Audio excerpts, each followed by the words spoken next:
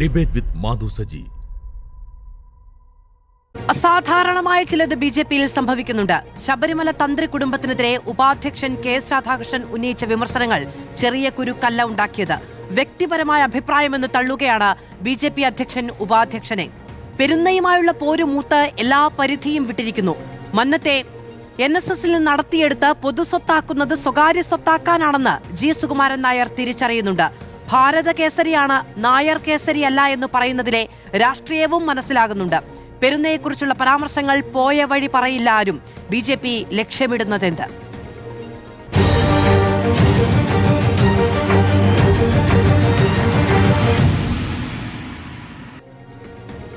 നമ്മളോടൊപ്പം അതിഥികൾ ശ്രീ രാജരാജവർമ്മ, പന്തളം കൊട്ടാരം കുടുംബാംഗം, Shri Rahul Easwar, Hindu activist, Shri T K Rajagopal, മാധ്യമപ്രവർത്തകൻ, അഡ്വക്കേറ്റ് ദീപ്തി മേരി വർഗീസ് കോൺഗ്രസിൽ നിന്ന്, ഡോക്ടർ കെ ജയപ്രസാദ് വലത് നിരീക്ഷകൻ എന്നിവർ നമ്മളോടൊപ്പം തത്സമയം ചർച്ചയിൽ. ആദ്യം ഡോക്ടർ കെ ജയപ്രസാദ്, എന്തുകൊണ്ടാണ് ഇത്തരം പരാമർശങ്ങൾ വരുന്നത്? ഇപ്പോൾ നോക്കൂ, ശബരിമല തന്ത്രി കുടുംബവുമായി ബന്ധപ്പെട്ട് നടത്തിയ പരാമർശം അത് വ്യക്തിപരമായ ഒരു അഭിപ്രായം എന്നാണ് ഇപ്പോൾ അധ്യക്ഷൻ പറയുന്നത്. ഉപാധ്യക്ഷനെ കുറിച്ചാണ് പറയുന്നത്.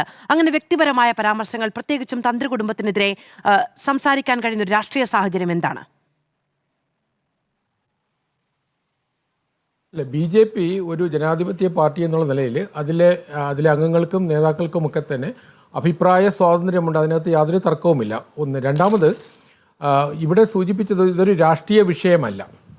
ഒരു തന്ത്രി കുടുംബത്തിലെ 2 പേര് അത് ശരിയാണെങ്കിലും തെറ്റാണെങ്കിലും വിവാദങ്ങൾക്ക് പാത്രമായി, അത് ചില നിയമ നടപടികൾക്ക് വിധേയമായ സാഹചര്യത്തിൽ ഡോക്ടർ രാധാകൃഷ്ണനെ പോലുള്ള ഒരാൾ അത്തരമൊരു അഭിപ്രായം പറഞ്ഞതേ ഉള്ളൂ. അതിനെ ഒരു രാഷ്ട്രീയ വിവാദമാക്കേണ്ട ഒരു ആവശ്യമില്ല. മാത്രമല്ല BJP ഒരു പൊളിറ്റിക്കൽ പാർട്ടി എന്നുള്ള തരത്തിൽ ഇത്തരം വിഷയങ്ങൾ അഭിപ്രായം പറയേണ്ട ആവശ്യവുമില്ല. അതേസമയം വ്യക്തികൾക്കാകാം. ഉദാഹരണത്തിന് നമ്മുടെ BJPയുടെ നേതാവായിട്ടുള്ള PC ജോർജ് ഒരുപാട് അഭിപ്രായങ്ങൾ പലപ്പോഴും ക്രിസ്തീയ സഭകളുമായും അതിലെ ചില നേതൃത്വവുമായി ബന്ധപ്പെട്ട് അദ്ദേഹം പരസ്യമായ അഭിപ്രായങ്ങൾ പറയാറുണ്ട്.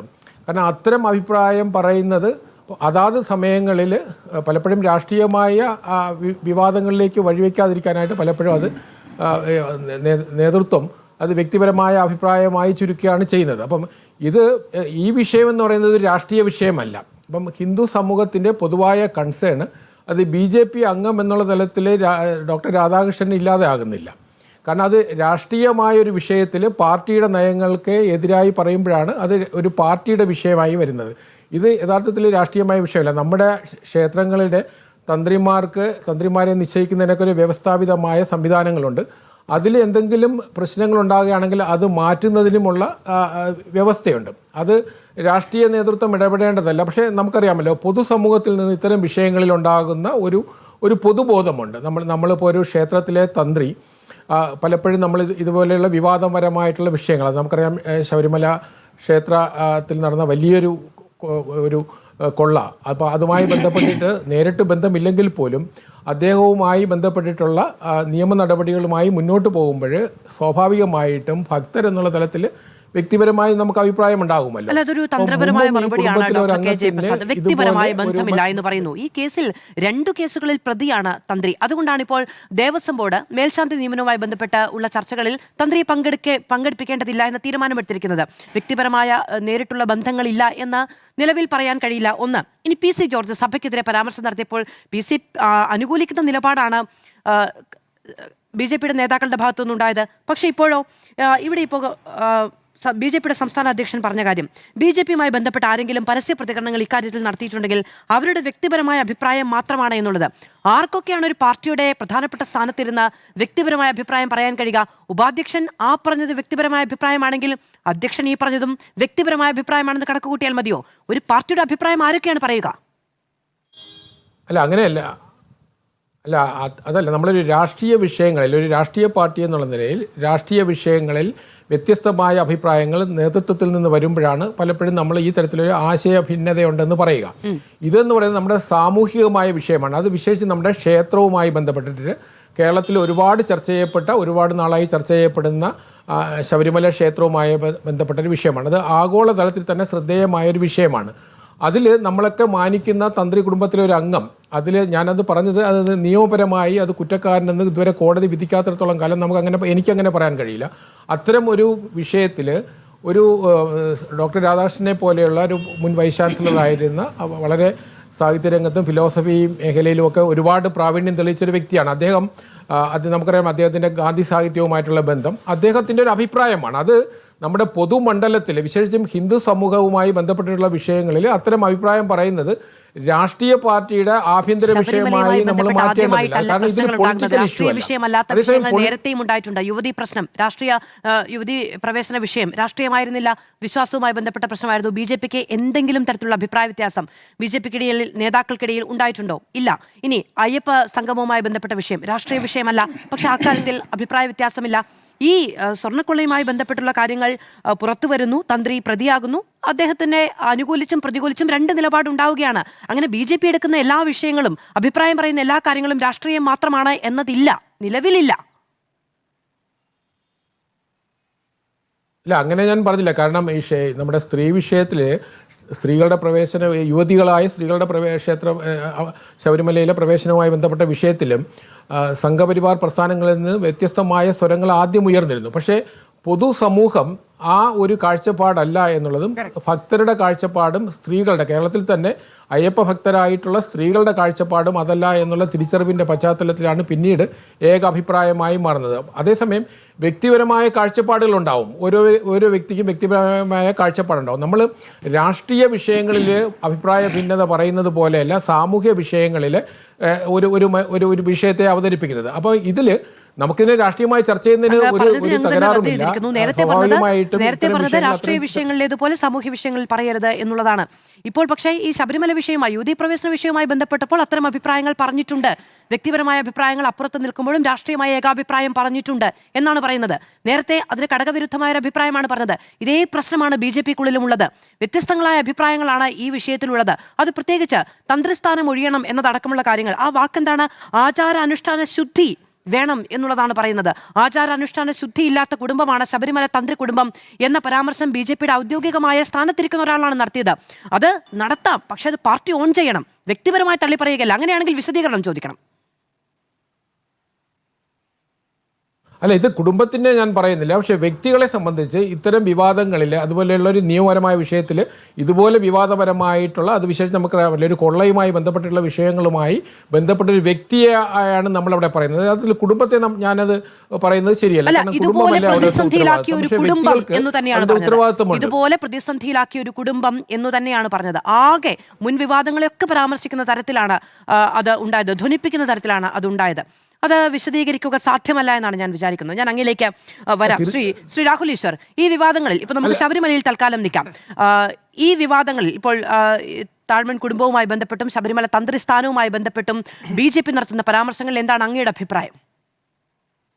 എന്ത് ലക്ഷ്യമെന്നാണ് കരുതുന്നത്? മാധു, ആ വെബ്സൈറ്റിന്റെ പേര് www.guinnessworldrecords.com എന്നാണ്. ആ വെബ്സൈറ്റ് ഞാൻ ശ്രീ രാധാകൃഷ്ണൻ സാറിന് റെഫർ ചെയ്യുന്നു.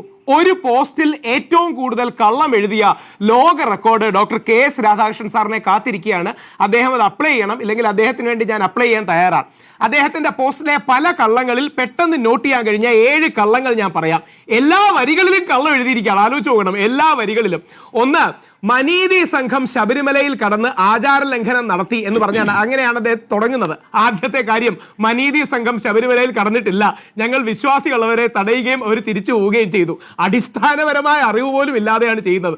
ഒന്ന്, മനീതി സംഘം കടന്നിട്ടില്ല. 2, അദ്ദേഹത്തിന്റെ വാക്ക് വളരെ മോശമാണ്, ഞാൻ എൻ്റെ ബഹുമാനം കാരണം ഏറ്റവും സഭ്യമായി ഉപയോഗിക്കുന്നു. തന്ത്രിയെ വേശ്യപുരയിൽ നിന്ന് പോലീസ് അറസ്റ്റ് ചെയ്തു. അദ്ദേഹത്തിന് അങ്ങനെ ഉള്ള സ്ഥലങ്ങളിൽ പരിചയം കാണും, പക്ഷെ തന്ത്രിയാണ് ഈ കേസിലെ വാദി. അതായത് തന്ത്രിയെ ശോഭാ ജോണും ബെച്ചു റഹ്മാനും കുടുക്കി തന്ത്രിവാദിയായ കേസിൽ ശോഭാ ജോണിനെയും ബെച്ചു റഹ്മാനെയുമാണ് അറസ്റ്റ് ചെയ്തത്. പിന്നീട് കേരള ഹൈക്കോടതി പറയുകയുണ്ടായി ശബരിമല തന്ത്രിയെ കുടുക്കാനുള്ള ശ്രമങ്ങൾ നടന്നു, അതുകൊണ്ട് തന്ത്രിവാദിയാണ്, തന്ത്രിയെ അറസ്റ്റ് ചെയ്തില്ല. 3, ശ്രീ ധർമ്മശാസ്താവിന്റെ നൈഷ്ഠിക ബ്രഹ്മചര്യ പ്രതിഷ്ഠ എന്ന്. ശ്രീ ധർമ്മശാസ്താവിന്റെ അല്ല നൈഷ്ഠിക ബ്രഹ്മചര്യ പ്രതിഷ്ഠ, അയ്യപ്പസ്വാമിയുടെയാണ് നൈഷ്ഠിക ബ്രഹ്മചര്യ പ്രതിഷ്ഠ. ശ്രീ ധർമ്മശാസ്താവിന് 2 ഭാര്യമാരുണ്ട്, പൂർണ്ണയും പുഷ്കലയും. അയ്യപ്പനാണ് നൈഷ്ഠിക ബ്രഹ്മചാരി. അടിസ്ഥാന വിവരം പോലും ഇല്ലാതെ എഴുതുന്നതാണ്, നോക്കണം. 4, കണ്ഠരര് രാജീവരെ വ്യാജരേഖ ചമച്ച കേസിൽ അറസ്റ്റ് ചെയ്തു. അല്ല, കണ്ഠരര് രാജീവർക്ക് അയ്യപ്പന്റെ അനുജ്ഞ മേടിച്ചിട്ടില്ല എന്നാണ് പോലീസ് റിമാൻഡ് റിപ്പോർട്ട് കൊടുത്തിരിക്കുന്നത്, അതും തെറ്റാണ്. പുത്രഹത്യ നടത്തി. അതായത് ദേവന്റെ പിതാവാണെന്നാണ് അവകാശവാദമല്ല. ഹിന്ദു വിശ്വാസപ്രകാരം, ആഗമപ്രകാരം, തന്ത്രശാസ്ത്ര പ്രകാരം ദേവന്റെ പ്രാണപ്രതിഷ്ഠ നടത്തുന്ന പിതൃസ്ഥാനീയനാണ്. അതിലും അദ്ദേഹത്തിന് തെറ്റി. പിന്നെ 6 കണ്ഠര് മോഹനര് ജയിലിൽ കിടന്നപ്പോൾ മകൻ മഹേഷിനെ തന്ത്രിയാക്കണമെന്ന് പറഞ്ഞു. കണ്ഠര് മോഹനര് ജയിലിൽ കിടന്നില്ലെന്ന് മാത്രമല്ല, കണ്ഠര് മോഹൻ ഈ കേസിലെ വാദിയാണ്. അങ്ങനെ ഇനി എണ്ണാൻ തുടങ്ങിയ ഫുള്ളുണ്ട്. ഇത്ര നാണവും ഉളുപ്പും ഇല്ലാതെ ഒരു മുതിർന്ന നേതാവ് ഇങ്ങനെ ഒരു പോസ്റ്റ് എഴുതാൻ കഴിയുമോ എന്ന് വേദനയോടെ ഞെട്ടലോടെയാണ് തോന്നുന്നത്. അദ്ദേഹം നേരിട്ട് ശ്രീശങ്കര യൂണിവേഴ്സിറ്റിയിലെ വൈസ് ചാൻസലറിൽ നിന്ന് നിലവിൽ തന്ത്രിയാകുന്നതിനുള്ള അനുമതിയുണ്ടോ? അവിടെയാണ് തന്ത്രിയാവുന്നതിന് അനുമതി ആവശ്യമില്ല. ദേവസ്വം ബോർഡ് എത്ര വർഷമേ ഉണ്ടായിട്ട്? 100 വർഷമല്ലേ ആയിട്ടുള്ളൂ. ദേവസ്വം ബോർഡ് 100 വർഷമേ ആയിട്ടുള്ളൂ. സാക്ഷാൽ മഹാവിഷ്ണുവിന്റെ അവതാരമായ പരശുരാമൻ നൂറ്റാണ്ടുകൾക്കും ആയിരക്കണക്കിന് വർഷങ്ങൾക്ക് മുമ്പ് 2 കുടുംബങ്ങളെ കേരളത്തിലേക്ക് കൊണ്ടുവന്നു. ദേവസ്വം ബോർഡ് നേരിട്ട് ഭരണം നടത്തുന്ന ഒരു ക്ഷേത്രമാണ്. അവിടെ വിലക്കടക്കം ഉണ്ടാകുന്നത് ഇതൊക്കെ അല്ല, അങ്ങനെയല്ല.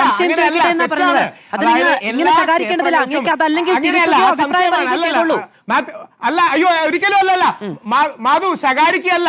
ഇതൊക്കെ നമ്മുടെ സമൂഹത്തിലുള്ള തെറ്റിദ്ധാരണയാണ്. അതായത് എല്ലാ അമ്പലത്തിനും 2 കൈയുണ്ട്. ഒരു കൈ ആചാരപരമാണ്, ഒരു കൈ അഡ്മിനിസ്ട്രേഷനാണ്. ഈ ആചാര കാര്യങ്ങളിലെ പരമാധികാരി തന്ത്രിയാണ്, അഡ്മിനിസ്ട്രേഷനിലെ പരമാധികാരി ദേവസ്വം ബോർഡാണ്. പരമാധികാരിയോ ഏറ്റവും പ്രാധാന്യമുള്ള സ്ഥാനമുള്ളത്. ഇത് മൾട്ടിപ്പിൾ സുപ്രീം കോടതി വെർഡിക്റ്റുകളിൽ വളരെ എക്സ്പ്ലിസിറ്റ്ലി സ്റ്റേറ്റഡ് പൊസിഷനാണ്. അതായത് ആചാര കാര്യങ്ങളിലെ പരമാധികാരി തന്ത്രിയാണ്. അതുകൊണ്ടാണ് കണ്ഠര് രാജീവർ വളരെ ശക്തമായി പറഞ്ഞത്, ശബരിമല യുവതികളെ കയറ്റിയാൽ ഞാൻ ശ്രീകോവിൽ അടച്ചിട്ട് പോകുന്നു. അപ്പം പിണറായി വിജയൻ പറഞ്ഞു കോടതിയിലടക്കം വന്ന കാര്യമാണ്, അത് നീക്കി. അതിന് അധികാരമില്ല എന്നുള്ളൊരു വാദം അങ്ങേക്ക് വിശ്വാസപരമായി ഉന്നയിക്കാം. പക്ഷെ നിലവിൽ നടക്കുന്നത് അങ്ങനെയാണ്. അതവിടെ നിൽക്കട്ടെ. ഇനി ഈ കാര്യത്തിലേക്ക് വരൂ. അങ്ങ് പറഞ്ഞു വന്നത് രാധാകൃഷ്ണന്റെ പ്രതികരണങ്ങളെ കുറിച്ചാണ്. അതിലേക്ക് പോവുകയാണെങ്കിൽ അവസാനിക്കില്ല. അതുകൊണ്ടാണ് അങ്ങനെയല്ല മാധു,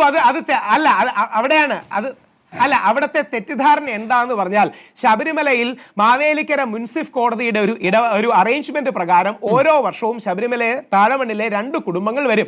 ഒന്ന് കണ്ഠര് മഹേശ്വരായിരുന്നു ഉണ്ടായിരുന്നത്, അദ്ദേഹത്തിന്റെ മകൻ മോഹനര്, ഇന്ന് മഹേഷ് മോഹനര്. പിന്നെ കണ്ഠര് ബ്രഹ്മദത്തൻ, അതായത് കണ്ഠര് രാജീവറിന്റെ മകൻ. ഈ അറേഞ്ച്മെന്റ്സിൽ പോകും. അദ്ദേഹത്തിന് അസുഖമായതുകൊണ്ട് അദ്ദേഹം തന്റെ മകനെ ഇതിന് ചുമതലപ്പെടുത്തിയിരുന്നു എന്ന് ദേവസ്വം ബോർഡിന് എഴുത്തു കൊടുത്തു. ഇത്രയും മാത്രമാണ് യഥാർത്ഥത്തിൽ സംഭവിച്ചത്. അതായത് തന്ത്രി യഥാർത്ഥത്തിൽ ദേവസ്വം ബോർഡിന്റെ ഒരു എംപ്ലോയി ആണ് എന്നുള്ള തെറ്റിദ്ധാരണ പാടില്ല. അങ്ങനെയല്ല. എംപ്ലോയ്മെന്റ് അല്ല. പക്ഷേ വിവാദങ്ങളുടെയൊക്കെ പശ്ചാത്തലത്തിലാണ് അദ്ദേഹം തന്ത്രസ്ഥാനത്ത് നിന്ന് മാറിയത്. അദ്ദേഹത്തിന് തന്ത്രിയായി തുടരാനും കഴിയില്ല എന്നാണ് പറഞ്ഞത്. അത് എന്തിന്റെ പേരിലാണെങ്കിലും കഴിയില്ല. ഇനി നിയമം പറയാം, വിശ്വാസം വേണ്ട. അല്ല, ഇനി അങ്ങനെയൊന്നുമല്ല. വിശ്വാസത്തിന്റെ പേരല്ല, നിയമം പറയാം. കൊല്ലം കോടതിയുടെ വിധിന്യായത്തിൽ 4 സ്ഥലങ്ങളിലാണ് കൊല്ലം കോടതി പറയുന്നത്. 2 സ്ഥലങ്ങളിൽ പറയുന്നു there is not even an iota of evidence. തന്ത്രിയെ കുറ്റക്കാരനെന്ന് കാണാൻ iota of evidence ഇല്ലാന്ന് 2 തവണ പറയുന്നു. there is nothing to place on record that തന്ത്രി ഏതെങ്കിലും കാര്യത്തിൽ തെറ്റ് ചെയ്തു എന്ന്. അതായത് കോടതി തെറ്റുകാരനല്ല എന്ന് 4 തവണ എടുത്തു പറഞ്ഞു. ഞാൻ അതല്ല പറഞ്ഞത്. ഞാൻ നേരത്തെ അങ്ങ് പറഞ്ഞ ഈ ശോഭാ ജോണിന്റെ കേസുമായി ബന്ധപ്പെട്ട് തന്ത്രിസ്ഥാനത്ത് നിന്ന് മാറ്റിയ കാര്യമാണ് പറയുന്നത്, ഇപ്പോഴത്തെ തന്ത്രിയുടെ കാര്യമല്ല.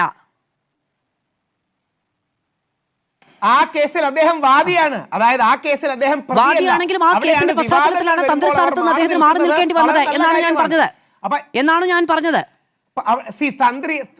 തന്ത്രി ഒരു കുടുംബത്തിനാണ്. ഇനി 2 അവിടെയാണ് ഇതിൽ ഒരുപാട് എന്താ പറയണേ പ്രാധാന്യമുള്ള ആൾക്കാരുണ്ട്. വളരെ ആദരണീയമായ അയ്യപ്പൻ ജനിച്ച പന്തളം കുടുംബമുണ്ട്, തന്ത്രിമാരുണ്ട്, ദേവസ്വം ബോർഡുണ്ട്, ബഹുമാനപ്പെട്ട ഹൈക്കോടതിയുണ്ട്, ദേവസ്വം മിനിസ്റ്റർ ഉണ്ട്.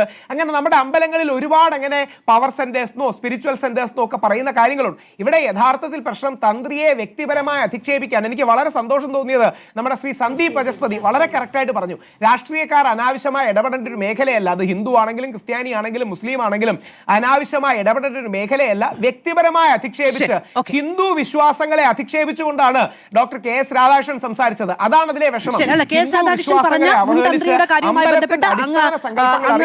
അത് പറഞ്ഞപ്പോഴാണ് ഞാൻ അദ്ദേഹത്തിന്റെ തന്ത്രിസ്ഥാനവുമായി ബന്ധപ്പെട്ട കാര്യം ഉന്നയിച്ചത്. അങ്ങത് നേരെ ഇപ്പോഴത്തെ തന്ത്രിയുടെ കാര്യത്തിലേക്ക് തെറ്റിദ്ധരിച്ചതിന്റെ പേരിലാണ് ഇത്രയും തർക്കം തന്നെ നമ്മളുടെ ഇടയിൽ ഉണ്ടായത്.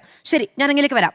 ഞാൻ അങ്ങയിലേക്ക് വരാം. ഇപ്പോൾ ശ്രീ രാജരാജവർമ്മ കൂടി നമ്മളോടൊപ്പമുണ്ട്. ശ്രീ രാജരാജവർമ്മ, ഇപ്പോൾ ഇന്ന് പന്തളം കൊട്ടാരത്തിന്റെ ഭാഗത്തു നിന്ന് ഉണ്ടായ ഒരു കാര്യമെന്ന് പറയുന്നത്, വേണമെങ്കിൽ ദേവസ്വം ബോർഡിന്റെ തന്ത്രിസ്ഥാനത്ത് നിന്ന് തന്ത്രിയെ നീക്കാൻ കഴിയും, പിതൃസ്ഥാനീയനാണ് എന്ന അവകാശവാദം നിലനിൽക്കില്ല എന്നുള്ളതാണ്. ഇപ്പോൾ ശ്രീ രാഹുൽ ഈശ്വർ അടക്കം അങ്ങനെയല്ല, അദ്ദേഹവും പറഞ്ഞത് പിതൃസ്ഥാനീയനാണ് എന്നതു തന്നെയാണ്, നീക്കാൻ കഴിയില്ല, എംപ്ലോയി അല്ല എന്നാണ് പറഞ്ഞത്. ഇത് വലിയ ചരിത്രമുള്ള ഒരു ക്ഷേത്രമാണ്. ഇതുമായി ബന്ധപ്പെട്ട് വിശ്വാസവും, നേരത്തെ രാഹുൽ ഈശ്വർ പറഞ്ഞതുപോലെ വിശ്വാസം ഒരു വഴിക്കും അഡ്മിനിസ്ട്രേഷനും നിയമവും മറ്റൊരു വഴിക്കും പോവുകയാണ്. അങ്ങ് പറയുകയാണെങ്കിൽ അതിൽ കുറച്ചുകൂടി ഒരു ആധികാരികതയുണ്ടാകും.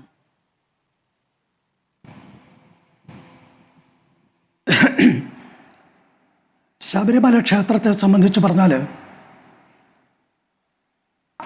അവിടെ അഡ്മിനിസ്ട്രേഷൻ ഉണ്ട്, ആചാരപരമായ കാര്യങ്ങളുമുണ്ട്. ശബരിമല ക്ഷേത്രത്തിലെ ആചാരങ്ങളുടെ അന്തിമ വാക്കെന്ന് പറയുന്നത് ശബരിമല ക്ഷേത്ര തന്ത്രിയല്ല.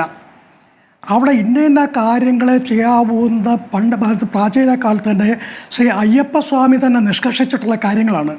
അതിൽ നിന്ന് വ്യതിചലിക്കാൻ തന്ത്രി മുഖ്യനോ മേൽശാന്തിക്കോ പന്തളം കൊട്ടാരത്തിനോ ദേവസ്വം ബോർഡിനോ ആർക്കും സാധ്യമല്ല. അതിൽ യാതൊരു തർക്കവും വേണ്ട.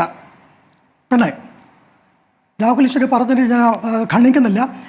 അവിടെ നടക്കുന്ന എല്ലാ പ്രശ്നങ്ങളുടെയും കേന്ദ്ര ബിന്ദു എന്ന് പറയുന്നത് 18-ാം പടിക്ക് മുകളിലാണെന്ന് എല്ലാവർക്കും അറിയാം. ഇത് ആരാണ് പരിഹരിക്കേണ്ടത്? എല്ലാ കോണിൽ നിന്നും പ്രശ്നങ്ങളോടെ പ്രശ്നം, വിവാദങ്ങളോടെ വിവാദങ്ങൾ. ഏത് വിഭാഗത്തിലും അവിടെ നടക്കുന്ന സംഭവങ്ങളെല്ലാം വാസ്തവം പന്തളത്ത് കൊട്ടാരത്തിൽ എല്ലാവരെയും വലിയ ധർമ്മ സങ്കടത്തിലാക്കിയിരിക്കുകയാണ്. ഭക്തജനങ്ങളുണ്ടില്ലെന്നല്ല, ഞാൻ ഊണും ഉറക്കവും ഇല്ലാത്ത സ്ഥിതിയിലേക്ക് എത്തിച്ചിരിക്കുകയാണ്. അവിടെ നടക്കുന്ന എല്ലാ സംഭവ വികാസങ്ങൾക്കും ഏറ്റവും കൂടുതൽ മനോവിഷമങ്ങളും ദാരിദ്ര്യം അനുഭവിച്ചുകൊണ്ടിരിക്കുന്ന മുഴുവൻ പന്തളം കൊട്ടാരമാണ്. ഇതിൻ്റെ പേരിൽ പ്രവൃത്തിയെല്ലാം വന്നു കഴിഞ്ഞപ്പോഴാണ് ഞാൻ ഇന്നലെ മിനിഞ്ഞാന്നുമായിട്ട് ദേവസ്വം മിനിസ്റ്റർക്ക് കത്ത് കൊടുത്തത്.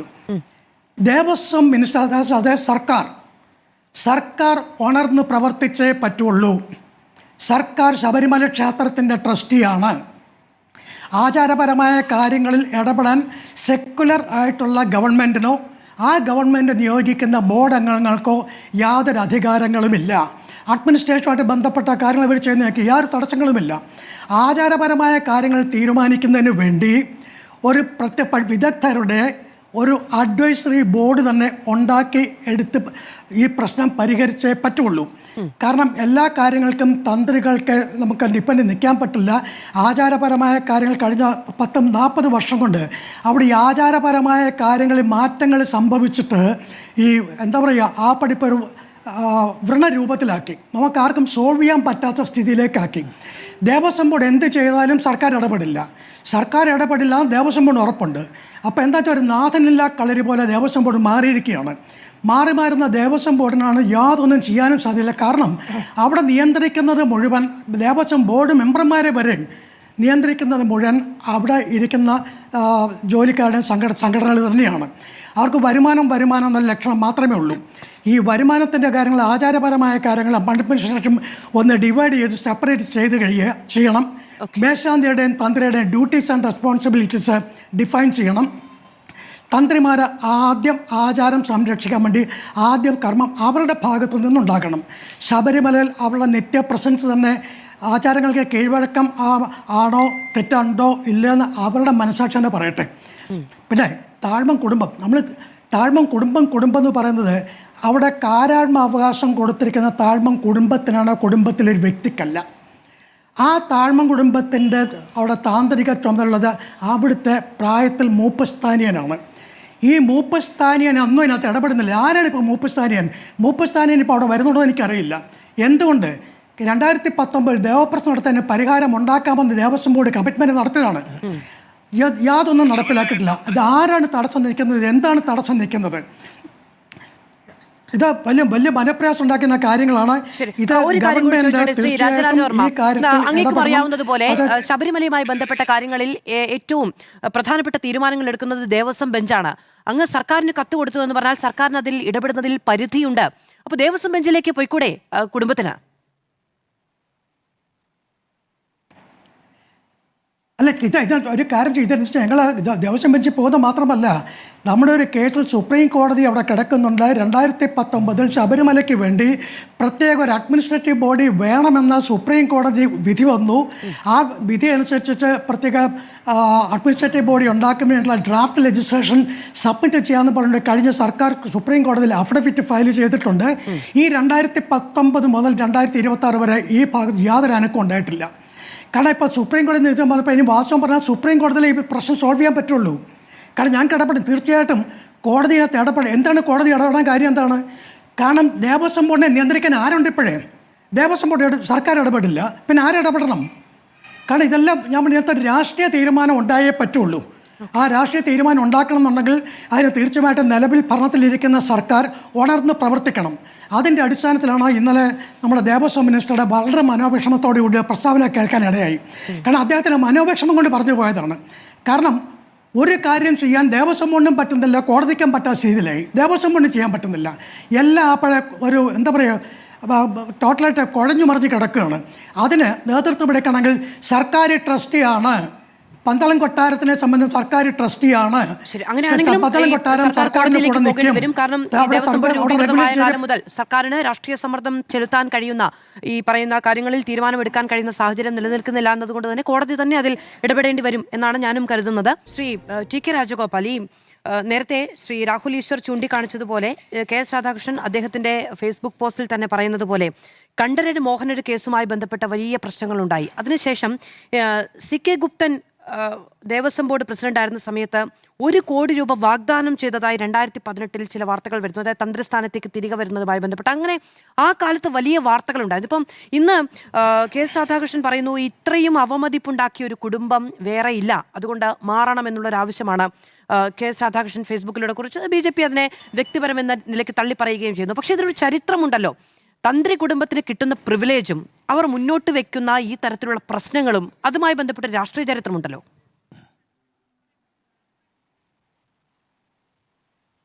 തീർച്ചയായിട്ടും മധു, എനിക്ക് വ്യക്തിപരമായിട്ട് ഡോക്ടർ കെ എസ് രാധാകൃഷ്ണന്റെ പോസ്റ്റിനോട് യോജിപ്പില്ല.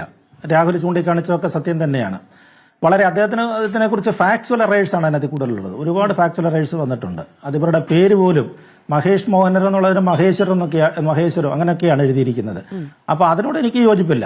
പക്ഷേ ഇവർ ചെയ്ത പ്രവൃത്തിയുടെ ശിക്ഷ അവരെല്ലാം അനുഭവിച്ചുകൊണ്ടിരിക്കുകയാണ്. മോഹനര് അല്ലെ, തന്ത്രി മോഹനര് ശബരിമലയിൽ കയറിയിട്ട് 20 വർഷമായി. 20 വർഷമായിട്ട് അദ്ദേഹത്തിന് അവിടെ കയറാൻ പറ്റുന്നില്ല. എന്താണ് അത്? ശരിയാണ്, അദ്ദേഹം വാദിസ്ഥാനത്തായിരുന്നു, ആ കേസിൽ വാദിസ്ഥാനത്തായിരുന്നു. അദ്ദേഹത്തെ കുടുക്കിയതാണെന്നാണ് പറയുന്നത്. പക്ഷെ 20 വർഷമായിട്ട് പറ്റുന്നില്ല. അദ്ദേഹത്തിന്റെ അച്ഛൻ ജീവിച്ചിരുന്ന കാലത്ത്, മഹേശ്വരർ ജീവിച്ചിരുന്ന കാലത്ത് പോലും അദ്ദേഹത്തിന് അവിടെ അനുവാദം കിട്ടിയിരുന്നില്ല. ഇപ്പോഴും അത് തന്നെയാണ് പ്രശ്നം. ഇപ്പൊ രാജീവരുടെ കാര്യത്തിലും അത് തന്നെയാണ് ഇപ്പം സംഭവിക്കാൻ പോകുന്നത്. രാജീവരുടെ കാര്യത്തിൽ വരുന്നത് ഈ 31 വരെ ഉള്ളൂ. ഈ കർക്കിടക മാസം 31 വരെ മാത്രമേ മഹേഷ് മോഹനർക്ക് താന്ത്രികാവകാശമുള്ളൂ. അത് കഴിഞ്ഞാൽ സ്വാഭാവിക ടേൺ അനുസരിച്ച് രാജീവർക്ക് അത് കിട്ടണം. രാജീവരാണ് അവിടെ വരേണ്ടിയിരുന്നത്. പക്ഷെ അദ്ദേഹത്തിന് പോകാൻ പറ്റത്തില്ല.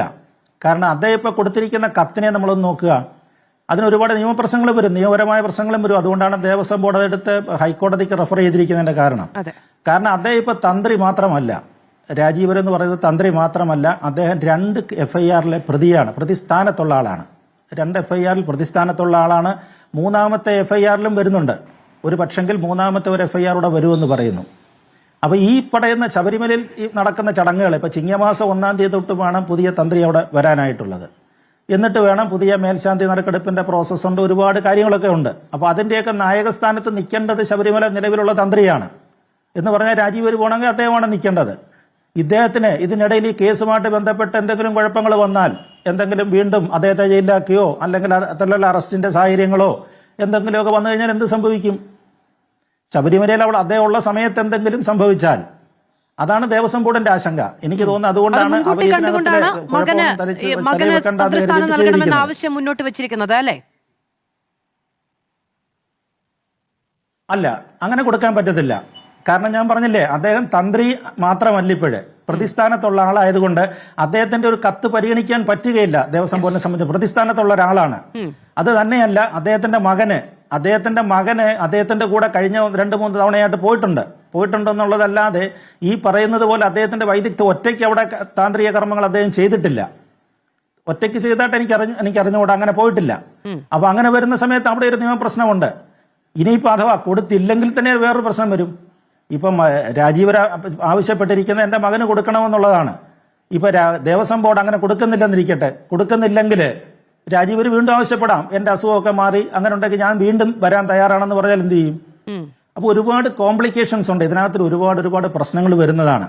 അതുകൊണ്ടാണെന്ന് തോന്നുന്നു ദേവസ്വം ബെഞ്ചിലേക്ക് തന്നെ അവർ തന്നെ പറയട്ടെ, സർക്കാർ ഇക്കാര്യത്തിൽ നിന്ന് മാറി നിൽക്കുന്നതിൻ്റെ കാര്യം. അതുപോലെ തന്നെയാണ് ഈ പന്തളം കൊട്ടാരത്തിൻ്റെ പ്രതിനിധി പറഞ്ഞത് കറക്റ്റ് തന്നെയാണ്. ഈ താന്ത്രിക അവകാശം കാരാഴ്മ അവകാശമാണ്, കാരാഴ്മ അവകാശമായിട്ട് പോകുന്നതാണ്. അതായത് താഴമൺ മഠത്തിനാണ് അവകാശം.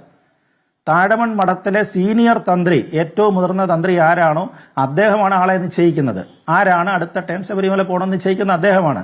ഇപ്പോഴത്തെ കണക്ക് പ്രകാരമാണെങ്കിൽ തന്ത്രി മോഹനരാണ് അവിടുത്തെ സീനിയർ തന്ത്രി, അദ്ദേഹമാണ് നിശ്ചയിക്കേണ്ടത്. ഇപ്പൊ ബ്രഹ്മദത്തൻ പോകണമോ, രാജീവരുടെ മകൻ ബ്രഹ്മദത്തൻ പോകണമോ, അതല്ല അദ്ദേഹത്തിന്റെ മകനും ഇപ്പോഴത്തെ തന്ത്രിയുമായ മഹേഷ് മോഹനർ തന്നെ വീണ്ടും ഒരു ടേണൂടെ പോകട്ടെ എന്ന് നിശ്ചയിക്കാനുള്ള അധികാരവും മോഹനർ തന്ത്രിക്ക് തന്നെയാണ്. അദ്ദേഹം പോകുന്നില്ല എന്നുള്ളതേ ഉള്ളൂ, പക്ഷെ അവകാശം അദ്ദേഹത്തിനാണ്. അതാണ് കാരായ്മ അവകാശം എന്ന് പന്തളം രാജ കുടുംബാംഗം സൂചിപ്പിച്ചത്. അപ്പൊ ഈ മേൽശാന്തിമാരെ തെരഞ്ഞെടുക്കുന്ന പ്രോസസ്സിൽ അവർക്കും വലിയ പങ്കുണ്ട്. ഇദ്ദേഹമാണ് പ്രധാനമായിട്ട് ആ തീരുമാനത്തിന്റെ ഭാഗമായി നടക്കുന്ന ചർച്ചകളിൽ പങ്കെടുക്കേണ്ടതില്ല എന്ന് അറിയിച്ചിരിക്കുന്നു. ന്യായമാണ്, അവർ പറയുന്നത് ശരിയാണ്, അത് കറക്റ്റാണ്. കാരണം നമുക്കറിയത്തില്ല, ഈ SIT ഇപ്പൊ 20-ാം തീയതിയാണ് ഈ കേസ് വീണ്ടും എടുക്കുന്നത്. SITയുടെ റിപ്പോർട്ട് വരുന്നത്, ഹൈക്കോടതിയിലേക്ക് വരുന്നത്. ആ സമയത്ത് എന്തെങ്കിലും കർശനമായിട്ടൊരു ഉത്തരവ് SITയുടെ ഭാഗത്തുനിന്ന് വരിക, എന്തുകൊണ്ട് 3ാമത്തെ FIR ഇടുന്നില്ല, 3ാമത്തെ കേസിൽപ്പെട്ട ആളുകളെ, തന്ത്രി അതിൽ പ്രതിസ്ഥാനത്തുണ്ട്, എന്തുകൊണ്ട് അദ്ദേഹത്തെ പിടിക്കുന്നില്ല, അദ്ദേഹത്തെ അറസ്റ്റ് ചെയ്യുന്നില്ല, അല്ലെങ്കിൽ അറസ്റ്റ് ചെയ്യേണ്ട സാഹചര്യങ്ങൾ ഉണ്ടായാൽ, അല്ലെങ്കിൽ അന്നത്തെ ദേവസ്വം ബോർഡ് പ്രസിഡന്റ്, അങ്ങനെയൊക്കെ വരുമ്പോൾ ശബരിമലയിൽ സീസണും മറ്റു കാര്യങ്ങളും ഒക്കെ വരുന്ന സമയത്ത് എന്തെങ്കിലും അനിഷ്ടകരമായി സംഭവിച്ചു കഴിഞ്ഞാൽ എന്തായിരിക്കും സ്ഥിതി? അനേകം ഭക്തജനങ്ങളെ, വികാരങ്ങളെ ബാധിക്കുന്ന പ്രശ്നങ്ങളാണ് അതൊക്കെ. അത് മുൻകൂട്ടി കണ്ടുകൊണ്ട് തന്നെയാണ്. അതുകൊണ്ടാണ് ഞാൻ പറഞ്ഞത്, ഇപ്പൊ പ്രതിസ്ഥാനത്താണെങ്കിലും എന്തെങ്കിലും സംഭവിക്കാം. ഇനി ഒരു 2-3 മാസം കൂടെ ഉണ്ടല്ലോ. വൃശ്ചികം 1-ാം തീയതി മാത്രമേ സീസണും ആരംഭിക്കും. അതിനിടയ്ക്ക് ഒരുപാട് പ്രോസസ്സ് ഈ പറയുന്നത് മേൽശാന്തി തെരഞ്ഞെടുപ്പുമായിട്ടൊക്കെ ബന്ധപ്പെട്ട് മേൽശാന്തി അഭിഷേകം വരെ കഴിയേണ്ടതുണ്ട്. 31-ന് മേൽശാന്തി അഭിഷേകം വരെ ചെയ്യേണ്ടത് ഈ തന്ത്രിയാണ്. അതൊക്കെയാണ് ഇതിന്റെ ബുദ്ധിമുട്ടെന്ന് പറയുന്നത്. ശരി, ശ്രീമതി ദീപ്തി മേരി വരുന്ന സമയത്ത് ഈ കാര്യത്തിൽ കൃത്യമായ ഒരു ഇടപെടൽ ഉണ്ടാകണം, സർക്കാർ ഉണർന്നെണീറ്റ് പ്രവർത്തിക്കണം എന്നുള്ളതാണ് നേരത്തെ പന്തളം രാജകുടുംബാംഗം ഈ നമ്മുടെ ചർച്ചയിൽ തന്നെ പറഞ്ഞത്. പക്ഷെ സർക്കാരിന് കൃത്യമായി നിയമപരമായി അങ്ങനെ ദേവസ്വം ബോർഡുമായി ബന്ധപ്പെട്ട അധികാരപ്രയോഗം സാധ്യമല്ല എന്നൊരു പ്രശ്നമുണ്ട്. കോടതിയാണ് ഈ കാര്യങ്ങളിലൊക്കെ ഒരു തീരുമാനം എടുക്കുന്നത് എന്നൊരു കടുപ്പിച്ചു പറയൽ കഴിഞ്ഞ ദിവസം ദേവസ്വം മന്ത്രിയുടെ ഭാഗത്തു നിന്നുണ്ടായി. പക്ഷെ പിന്നീട് അതിന്റെ ഗൗരവം മനസ്സിലാക്കി അദ്ദേഹം അത് ലഘൂകരിക്കുകയും ചെയ്തു. സർക്കാരിന് എന്താണ് ചെയ്യാൻ കഴിയുക എന്നതൊരു പ്രശ്നമാണ്.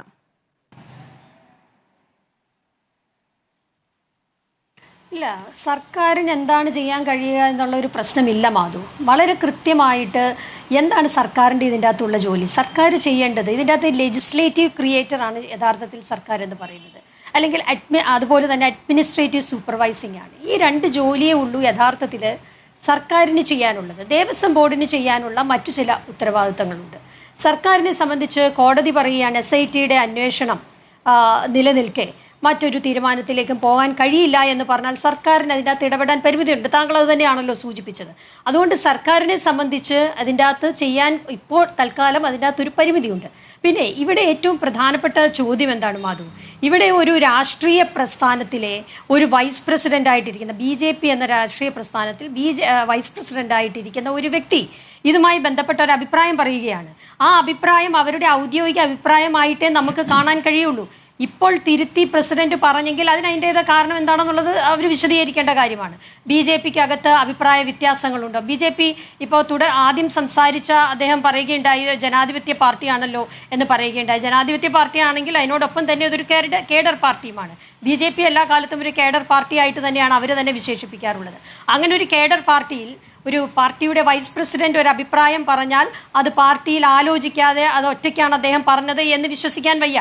ഇനി അങ്ങനെ ആണെങ്കിൽ തന്നെ യഥാർത്ഥത്തിൽ അദ്ദേഹം പറഞ്ഞ അഭിപ്രായവും കഴിഞ്ഞ ദിവസം രാജ്യത്തിന്റെ വൈസ് പ്രസിഡന്റ് നടത്തിയ ചില പരാമർശങ്ങളും ഇതെല്ലാം കൂട്ടി വായിക്കാവുന്നതാണ്. ഇതെല്ലാം BJPയുടെ ഒരു നയമാണ്. BJPയെ സംബന്ധിച്ച് രാജ്യത്ത് 2 പ്രധാനപ്പെട്ട കൊള്ളകളാണ് നടക്കുന്നത്.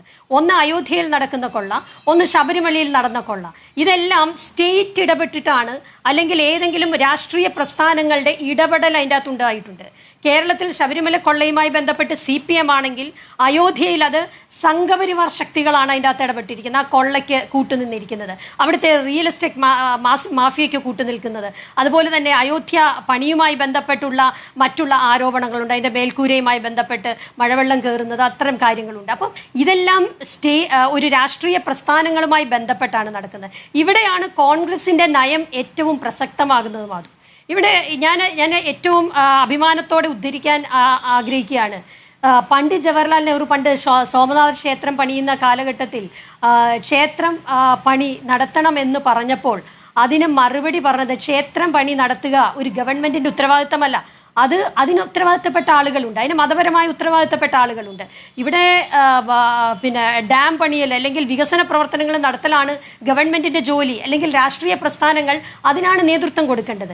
പിന്നെ ഇന്ത്യക്ക്, നമ്മുടെ രാജ്യത്തിന് മതപരമായി ഒരു രാഷ്ട്രീയ പ്രസ്ഥാനത്തിനോ ഒരു ഗവൺമെന്റിനോ എങ്ങനെയാണ് മതങ്ങളുടെ കാര്യത്തിൽ ഏത് അറ്റം വരെ ഇടപെടാം എന്നുള്ള കാര്യത്തിൽ വ്യക്തമായി നമ്മുടെ ഭരണഘടന പറയുന്നുണ്ട്.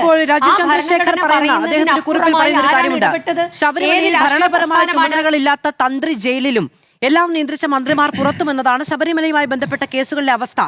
LDF രാഷ്ട്രീയ നേതൃത്വത്തിന് സംരക്ഷണം നൽകുന്ന UDF സർക്കാരിന്റെ നടപടികളെ വിശ്വാസി സമൂഹവുമായി ചേർന്ന് ജനാധിപത്യ രീതിയിൽ ചെറുത്തു തോൽപ്പിക്കും എന്നതാണ് ഇന്ന് അങ്ങ് നേരത്തെ ഈ ആരോപണം ഉന്നയിച്ച BJP കോൺഗ്രസിനെതിരെ പറയുന്നത്.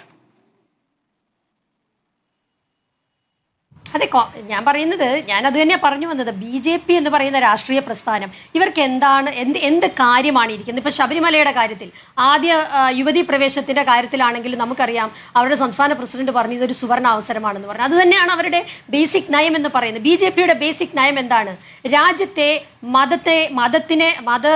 മതത്തെ ഉപയോഗിച്ചുകൊണ്ട്, അല്ലെങ്കിൽ ഒരു മതത്തിൽ നിന്നുകൊണ്ട് മറ്റു മതത്തെ ഡിവിസീവായി കണ്ടുകൊണ്ട്, അല്ലെങ്കിൽ മറ്റു മതത്തിന് എതിരായി പ്രവർത്തിച്ചുകൊണ്ട് ഒരു മതത്തിനു വേണ്ടി നിലനിൽക്കുക, അല്ലെങ്കിൽ മതത്തിനു വേണ്ടി നിലനിൽക്കുന്നു എന്ന പേരിൽ മതത്തെ രാഷ്ട്രീയവൽക്കരിക്കുക. ഇത് തന്നെയല്ലേ BJP എല്ലാ കാലത്തും ചെയ്തുകൊണ്ടിരിക്കുന്നത്. ഞാൻ പറയുന്നത്, ഇവിടെ ബ്രിട്ടീഷുകാർ ഭരിച്ചിരുന്ന കാലഘട്ടത്തിൽ ഇവരാരും ഉണ്ടായിരുന്നില്ലല്ലോ. അന്നും ഇവിടെ ജാതിയും മതവും ഒക്കെ ഉണ്ടായിരുന്നു. അന്ന് അവകാശം പറയാനോ അല്ലെങ്കിൽ അന്ന് ഈ രാജ്യത്തിന് സ്വാതന്ത്ര്യത്തിന്റെ കാര്യത്തിൽ ഇടപെടാനോ ഒന്നും ഈ സംഘപരിവാർ ശക്തികളൊന്നും ഉണ്ടായിരുന്നില്ല. രാജ്യത്ത് ഭരണം ലഭിച്ച് രാജ്യം മുമ്പോട്ട് പോയി, രാജ്യം പല കാര്യങ്ങളിലും ഒന്നാമതെത്തുന്ന അല്ലെങ്കിൽ വളരെ മികച്ച പ്രകടനം കാഴ്ചവെക്കുന്ന ഒരു സാഹചര്യം വന്നപ്പോഴാണല്ലോ ഈ മതം ഉപയോഗിച്ചുകൊണ്ട് അധികാരം കൈപ്പിടിയിലാക്കുകയും പിന്നീട് മതത്തെ ഉപയോഗിച്ചുകൊണ്ട് അധികാരം പിടിക്കാൻ ശ്രമിക്കുകയും ചെയ്തു. ഇവിടെ കേരളത്തിലെ കാര്യം കോൺഗ്രസിൽ ഞാൻ പറയാൻ മാധു, ഇവിടെ ഇപ്പോ രാഷ്ട്രീയ പ്രസ്ഥാനങ്ങൾ, അത് CPM ആയാലും, CPM ഒട്ടും വ്യത്യസ്തമല്ല ഇക്കാര്യത്തിൽ. CPM ഇത്തരം ക്ഷേത്രങ്ങളുടെ കാര്യത്തിൽ ഇടപെടലുകൾ നടത്തുന്നത്, യുവതീ പ്രവേശത്തിന്റെ കാര്യത്തിൽ നടത്തിയ ഇടപെടൽ, ഇപ്പോൾ സ്വർണ്ണക്കൊള്ളയുടെ കാര്യത്തിൽ അവരുടെ മന്ത്രിമാര് മുഴുവൻ ഉള്ളിലായല്ലോ. മന്ത്രിമാര് മുഴുവൻ, അതുപോലെ തന്നെ ദേവസ്വം പ്രസിഡന്റ് ഉൾപ്പെടെയുള്ള ആളുകൾ പ്രതിപട്ടികയിൽ വന്നില്ലേ. അപ്പോൾ ഇതിൻ്റെ അകത്ത് രാഷ്ട്രീയ പ്രസ്ഥാനങ്ങളുടെ ഇടപെടൽ എന്ന് പറയുന്നത് ഒരിക്കലും നമ്മുടെ രാജ്യത്ത് ഭരണഘടനയോ അല്ലെങ്കിൽ ഒരു രാഷ്ട്രീയ പ്രസ്ഥാനമോ ചെയ്യാൻ പാടില്ലാത്ത കാര്യമാണ്. കോൺഗ്രസ് എപ്പോഴും അത് ഉയർത്തിപ്പിടിക്കുകയാണ്. കോൺഗ്രസ് എല്ലാ കാലത്തും ഇത്തരം കാര്യങ്ങളിൽ വളരെ എല്ലാ മതങ്ങളുടെയും വിശ്വാസങ്ങളെ സംരക്ഷിച്ചുകൊണ്ട് മുമ്പോട്ട് പോകണം എന്നുള്ള ഒരു നയമാണ് എടുത്തത്. അതുകൊണ്ടാണ് മന്ത്രി പറഞ്ഞത് ഇത് കോടതിയിൽ ഇരിക്കുകയാണ്, അല്ലെങ്കിൽ SITയുടെ അന്വേഷണത്തിൽ ഇരിക്കുന്ന ഒരു കാര്യമാണ്. അതിൻ്റെ അകത്ത് ഏത് തരത്തിലാണ് ഒരു മന്ത്രിക്ക് ഇടപെടാൻ പറ്റുക, അല്ലെങ്കിൽ ഒരു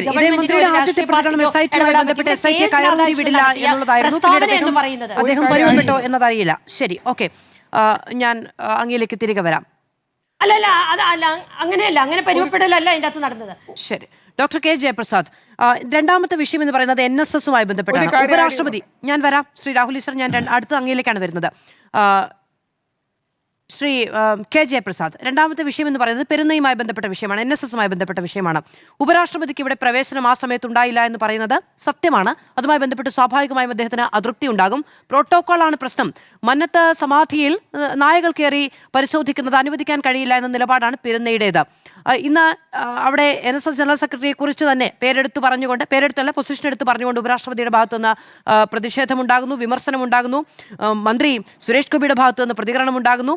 സന്ദീപ് വചസ്പതി അദ്ദേഹം പറയുന്നത് ഭാരത കേസരിയാണ്, നായർ കേസരി അല്ല എന്നാണ്. ആ നിലയ്ക്ക് BJPക്ക് മന്നത്ത് പത്മനാഭനെ NSS സ്ഥാപിച്ചതാരാണ്? NSSന്റെ ജനറൽ സെക്രട്ടറിയാണ്. അങ്ങനെയാണെങ്കിൽ സ്ഥാപിത നേതാവിന്റെ ലെഗസി മുന്നോട്ട് കൊണ്ടുപോകേണ്ടത്. അപ്പോൾ അദ്ദേഹത്തെ തള്ളിപ്പറഞ്ഞുകൊണ്ട് മന്നത്തെ അങ്ങനെ സ്വകാര്യവൽക്കരിക്കാൻ സാധിക്കുമോ? അല്ല, സുകുമാരൻ നായരെ സംബന്ധിച്ച് നടത്തിയ ചില പരാമർശങ്ങൾ കേവലം BJPയുടെ മാത്രം വിഷയമല്ല. കാരണം സുകുമാരൻ നായർ NSSന്റെ നേതൃത്വത്തിൽ വന്നിട്ട് ഏതാണ്ട് 3.5 പതിറ്റാണ്ടായി. അപ്പം ശ്രീ നാരായണ പണിക്കർ പ്രസിഡന്റ് ആയിരുന്ന സമയത്ത്, ജനറൽ സെക്രട്ടറി ആയിരുന്ന സമയത്തും അദ്ദേഹം തന്നെയാണ് കാര്യങ്ങളെ നിയന്ത്രിച്ചിരുന്നത്. ഇവിടെ 1996 അന്നത്തെ ഇന്ത്യൻ പ്രധാനമന്ത്രി ആയിരുന്ന നരസിംഹറാവു മന്നം സമാധിയിൽ വന്നത് വലിയൊരു വിവാദ വിഷയം, അനാവശ്യമായ വിവാദ വിഷയമാക്കി മാറ്റിയത് സുകുമാരൻ നായരുടെ നേതൃത്വമായിരുന്നു. അന്ന് അദ്ദേഹം സുകുമാരൻ നായർക്ക് NSSൽ ഔദ്യോഗിക സ്ഥാനം ഉണ്ടായിരുന്നില്ല. ജനറൽ സെക്രട്ടറിയുടെ PS എന്നുള്ള തലത്തിലുള്ള ഒരു ഉത്തരവാദിത്തമാണ് ഉണ്ടായിരുന്നത്. അത് വിവാദമുണ്ടാക്കുകയും പിന്നീട് UDFൽ നിന്ന് പിന്നീട് NDP എന്നുള്ള പാർട്ടി തന്നെ പിൻവലിക്കുന്ന സാഹചര്യമുണ്ടായി. പിന്നെ NDP തന്നെ ഇല്ലാതാകുന്ന സാഹചര്യമുണ്ടായി. പിന്നീട് നമ്മൾ കാണുന്നത് 2000-ൽ അന്ന് കേന്ദ്രമന്ത്രിയായിരുന്ന രാജഗോപാൽ ചങ്ങനാശ്ശേരി പെരുന്ന NSS കോളേജിൽ ഒരു പരിപാടിയിൽ പങ്കെടുക്കുന്നതിന് അദ്ദേഹത്തെ ക്ഷണിച്ച് അദ്ദേഹം വരുന്ന ദിവസം, നേരത്തെ തന്നെ നോട്ടീസൊക്കെ അടിച്ചതായിരുന്നു, വരുന്ന ദിവസം ആ കോളേജിൻ്റെ ഗേറ്റ് പൂട്ടിയിട്ടുകൊണ്ട് രാജഗോപാൽ കേന്ദ്രമന്ത്രി അതിനകത്ത് പ്രവേശിപ്പിച്ചില്ല. പിന്നീട് നമ്മൾ കാണുന്നത് മറ്റ് പല രാഷ്ട്രീയ നേതാക്കളോടും അദ്ദേഹത്തിൻ്റെ വിവേചനപരമായ സമീപനം. അത് നമുക്കറിയാലോ, ഭാരതകേസരി ഇന്ത്യയിലെ നവോത്ഥാന പ്രസ്ഥാനത്തിന്റെ ഏറ്റവും നായക സ്ഥാനത്ത് നിൽക്കുന്ന ഒരാളാണ്. അയിത്തത്തിനെതിരായ സമരം നമുക്കറിയാം. ഇതൊക്കെയാണ് പശ്ചാത്തലം. പക്ഷേ അത്തരം അഭിപ്രായ പ്രകടനങ്ങളോ അത്തരം എതിരഭിപ്രായങ്ങളോ ഇല്ല. അത് നിയന്ത്രിക്കാൻ NSSന്റെ ഈ പറയുന്ന ബോർഡിലുള്ള ആരും തയ്യാറുമല്ല. BJP എങ്ങനെയാണ് അഭിപ്രായ പ്രകടനം നടത്തുക? ഒരു കാര്യം കൂടെ ഞാൻ പറയാണ്. നമ്മുടെ നിലവിലുള്ള മുഖ്യമന്ത്രി സുകുമാരൻ നായർ അദ്ദേഹത്തിൻ്റെ സന്ദർശിക്കണമെന്ന് അപേക്ഷിച്ചപ്പോൾ അതിന് തയ്യാറായില്ല എന്ന് പറഞ്ഞ് സുകുമാരൻ നായർ തന്നെ പറയുകയുണ്ടായി. അപ്പോൾ പക്ഷേ അതിനെ പ്രതിഷേധിച്ചുകൊണ്ട് കേരളത്തിൽ ഏതെങ്കിലും നായർ സമുദായ അംഗമോ സംഘടനയോ പ്രതിഷേധിച്ചില്ല. കാരണം ഇന്ന് സുകുമാരൻ നായർ സമുദായം കൂടെയില്ലാത്ത സമുദായ നേതാവാണ്. അതൊരു യാഥാർത്ഥ്യമാണ്. കാരണം NSSന്റെ ഒരു നേതൃത്വത്തെ നമ്മൾ വിലയിരുത്തേണ്ടത് അവർ ആ സംഘടനയ്ക്ക് അല്ലെങ്കിൽ ആ പ്രസ്ഥാനത്തിന് നൽകിയ സംഭാവനയാണ്. ഇന്ന് NSSന്റെ സ്ഥാപനങ്ങൾ, വിദ്യാഭ്യാസ സ്ഥാപനങ്ങൾ ഒരു കാലഘട്ടത്തിൽ കേരളത്തിൽ തലയെടുപ്പോടെ നിന്ന സ്ഥാപനങ്ങളാണ്. ഇന്ന് കേരളത്തിലെ ഉന്നത വിദ്യാഭ്യാസ മേഖലയിൽ NSS സ്ഥാപനങ്ങളുടെ നിലവാരം നമ്മൾ നോക്കണം. കേരളത്തിൽ ഓട്ടോണമസ് കോളേജുകളുടെ ലിസ്റ്റ് എടുത്തു കഴിഞ്ഞാൽ പോലും NSSൽ ഒരു സ്ഥാപനവുമില്ല. അതായത് വ്യക്തിപരമായ സ്വാർത്ഥ താല്പര്യം, ഒരുതരം മാടമ്പിത്തരത്തിനപ്പുറത്തേക്ക് സമുദായത്തിന്റെ പൊതുവായ താല്പര്യങ്ങളെ സംരക്ഷിക്കുന്നതിൽ സുകുമാരൻ നായർ പരാജയമാണ്. അതുകൊണ്ടാണ് അദ്ദേഹത്തിനെതിരായി വിമർശനങ്ങൾ ഉണ്ടായെങ്കിൽ അല്ല അത് സംഘടനയുടെ സംഘടനാപരമായ വിഷയമാണ് ഞാൻ പറഞ്ഞത്. നമ്മുടെ മുഖ്യമന്ത്രി ചോദ്യം അങ്ങാണ് നേരത്തെ പറഞ്ഞത് സാമൂഹ്യ വിഷയങ്ങളിൽ രാഷ്ട്രീയ പാർട്ടികൾക്ക് നമ്മുടെ കേരളത്തിലെ നമ്മുടെ ഇപ്പോൾ നിലവിലെ മുഖ്യമന്ത്രി VD സതീശൻ, കോൺഗ്രസിന്റെ നേതാവ്, മുൻ പ്രതിപക്ഷ നേതാവിന്റെ സമയത്ത് അദ്ദേഹത്തിന്റെ സുകുമാരൻ നായരോടുള്ള സമീപനം എന്താണ്? അത് നമ്മൾ ഒന്നിച്ച് ചർച്ച ചെയ്യണം. ഇവിടെ നമ്മൾ BJP മാത്രം മാറ്റി നിർത്തേണ്ട ആവശ്യമില്ല. അപ്പോൾ കേരളത്തിലെ വ്യത്യസ്ത രാഷ്ട്രീയ ഞാൻ BJPയുടെ നിലപാട് മാത്രം ഔദ്യോഗികമായി പറയാനുള്ള അവകാശം എനിക്കില്ല. ഞാൻ പറഞ്ഞത് സമുദായത്തിന്റെ താല്പര്യമാണോ സുകുമാരൻ നായർ സംരക്ഷിക്കുന്നത് എന്നുള്ളതാണ് ഞാൻ ചോദ്യം. കാരണം അദ്ദേഹം സമുദായ താല്പര്യമല്ല സംരക്ഷിക്കുന്നത്. പറയാൻ കഴിയാത്തതുപോലെ തന്നെ NSSനെ കുറിച്ചും ആ നിലയ്ക്ക് പറയാൻ കഴിയില്ലല്ലോ. അതിൽ സമുദായ നേതാക്കൾക്കോ അല്ലെങ്കിൽ സമുദായത്തിന്റെ മറ്റേ ഈ പറയുന്ന ബോർഡിലിരിക്കുന്ന ആളുകൾക്കോ ഇല്ലാത്ത തരത്തിലുള്ള വിമർശനം BJPക്ക് ഉണ്ടാകുന്നത് എങ്ങനെയാണെന്നാണ് അങ്ങയുടെ നിരീക്ഷണം എന്നാണ് ഞാൻ ചോദിക്കുന്നത്.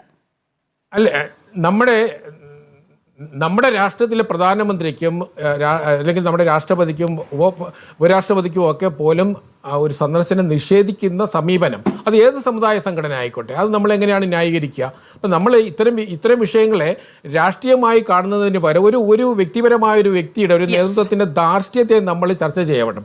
കാരണം സുകുമാരൻ നായരുടെ സമീപനം അത് ആ സമുദായത്തിന്റെ പൊതുവായ താല്പര്യമാണ്. സംഘടനയാണല്ലോ BJP. അപ്പോൾ അത് ക്ഷേത്രം പോലെ കാണുന്ന ഇടമാണ്, അവിടെ നായകൾ കയറാൻ പാടില്ല എന്നുള്ളതാണ് പെരുന്നയുടെ നിലപാടെങ്കിൽ അതെങ്ങനെയാണ് വിശ്വാസത്തിന് പ്രാധാന്യം നൽകുന്ന രാഷ്ട്രീയ പാർട്ടി അംഗീകരിക്കാതിരിക്കുന്നത് എന്നത് സംബന്ധിച്ചൊരു തർക്കം അതെങ്ങനെയാണ് നായകൾക്ക് കയറാൻ പാടില്ലെന്ന് പരിശോധനയുടെ ഭാഗമായി കയറാൻ പാടില്ല, ക്ഷേത്രം പോലെ കാണുന്ന ഇടമാണ്. വിവാദത്തിന്റെ പേരില് അത് നമ്മുടെ മഹാത്മാഗാന്ധിയുടെ സമാധി സ്ഥലം മുതൽ എല്ലാ സ്ഥലത്തും ഇത്തരം സെക്യൂരിറ്റി സംവിധാനം ഉണ്ടാകുമല്ലോ. അത് NSSന്റെ ആസ്ഥാനത്ത് മാത്രമല്ലല്ലോ. അവിടെ അനാവശ്യമായി സുകുമാരൻ നായരെ കൊണ്ടുവരുന്നതാണ്. യഥാർത്ഥത്തിൽ സുകുമാരൻ നായര് NSS അവരുടെ ആത്മീയ ആചാര്യനായി കാണുന്ന ആളാണ് മന്നത്ത്. NSS ആണ് അതിൽ തീരുമാനമെടുക്കേണ്ടത്. മന്നത്ത് പത്മനാഭൻ മറ്റാരെയും സ്വന്തം കാര്യങ്ങൾ തീരുമാനിക്കാനോ ലെഗസി കൈമാറാനോ ഏൽപ്പിച്ചിട്ടില്ലല്ലോ. അപ്പോൾ സ്വാഭാവികമായും അങ്ങനെ ഒരു ചോദ്യം NSSന്റെ ആന്തരിക വിഷയമല്ലേ എന്ന് ഞാൻ ചോദിച്ചുള്ളൂ. ശരി, ഒരു മിനിറ്റ് ഞാൻ വരാം അങ്ങയിലേക്ക്. രാഹുൽ സർ, സമുദായം കൂടെയില്ലാത്ത സമുദായ നേതാവാണോ സുകുമാരൻ നായർ? നരസിംഹറാവു പെട്ടെന്ന് രണ്ട് കാര്യങ്ങൾ ഈ വിഷയത്തിൽ പറയാൻ അനുവദിക്കാനും. ഒന്ന്, നമ്മൾ ഹിന്ദുക്കൾ യാദവ കുലം തമ്മിൽ തല്ലിയതുപോലെ തമ്മിൽ തല്ലി ഇല്ലാതാവരുത്. ആർക്കും പരസ്പരം അങ്ങോട്ടും ഇങ്ങോട്ടും യോജിപ്പില്ല. കിട്ടുന്ന അവസരത്തിൽ അങ്ങോട്ടും ഇങ്ങോട്ടും കുറ്റം പറയുന്ന ഒരു അവസ്ഥയിൽ നിന്ന് മാറണം. സുകുമാരൻ നായർ സാർ 85 വയസ്സുള്ള ഏറ്റവും മുതിർന്ന വ്യക്തിയാണ്. അദ്ദേഹത്തിൻ്റെ എന്താ പറയുക, കുറച്ച് ചില കാര്യങ്ങളിൽ റഫാണ്, എടുത്തടിച്ച പോലെ സംസാരിക്കും. പക്ഷേ ശബരിമല പ്രക്ഷോഭത്തിനടക്കം നായകത്വം വഹിച്ച സുകുമാരൻ നായർ സാറാണ്. ഒരു സമവായം കണ്ടെത്തി മുമ്പോട്ട് കൊണ്ടുപോകാൻ പലരും എല്ലാ വിഷയത്തിലും ശ്രമിക്കണം. നേരത്തെ പറഞ്ഞ വിഷയം കൂടെ കണക്ട് ചെയ്ത് ഞാൻ പറയാം. രാജരാജവർമ്മ സാറിന് എനിക്ക് ഏറ്റവും ആദരവാണ്. അദ്ദേഹത്തിന് അറിയാം, അദ്ദേഹത്തെ വ്യക്തിപരമായ ആദരവാണ്, ഇഷ്ടമാണ്. ഹിന്ദുക്കൾ പറയാൻ പറ്റില്ല. ഹിന്ദു ശരി ശരി ശരി നമ്മൾ ഇന്ത്യക്കാർ, ഇനി നമ്മൾ ഹിന്ദുക്കൾ എന്ന് വിളിക്കുന്ന മാധുവിന്റെ സെക്കുലർ ബോധത്തിന് ഇഷ്ടപ്പെട്ടില്ലെങ്കിൽ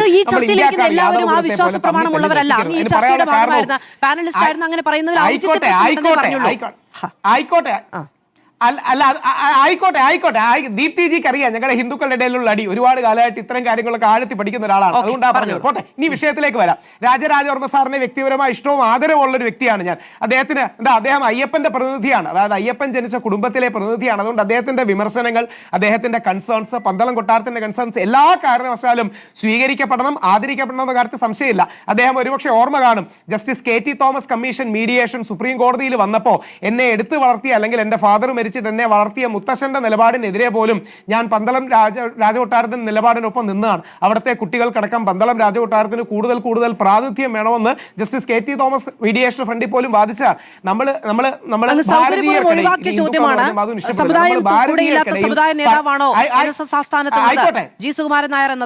അതിലേക്കാ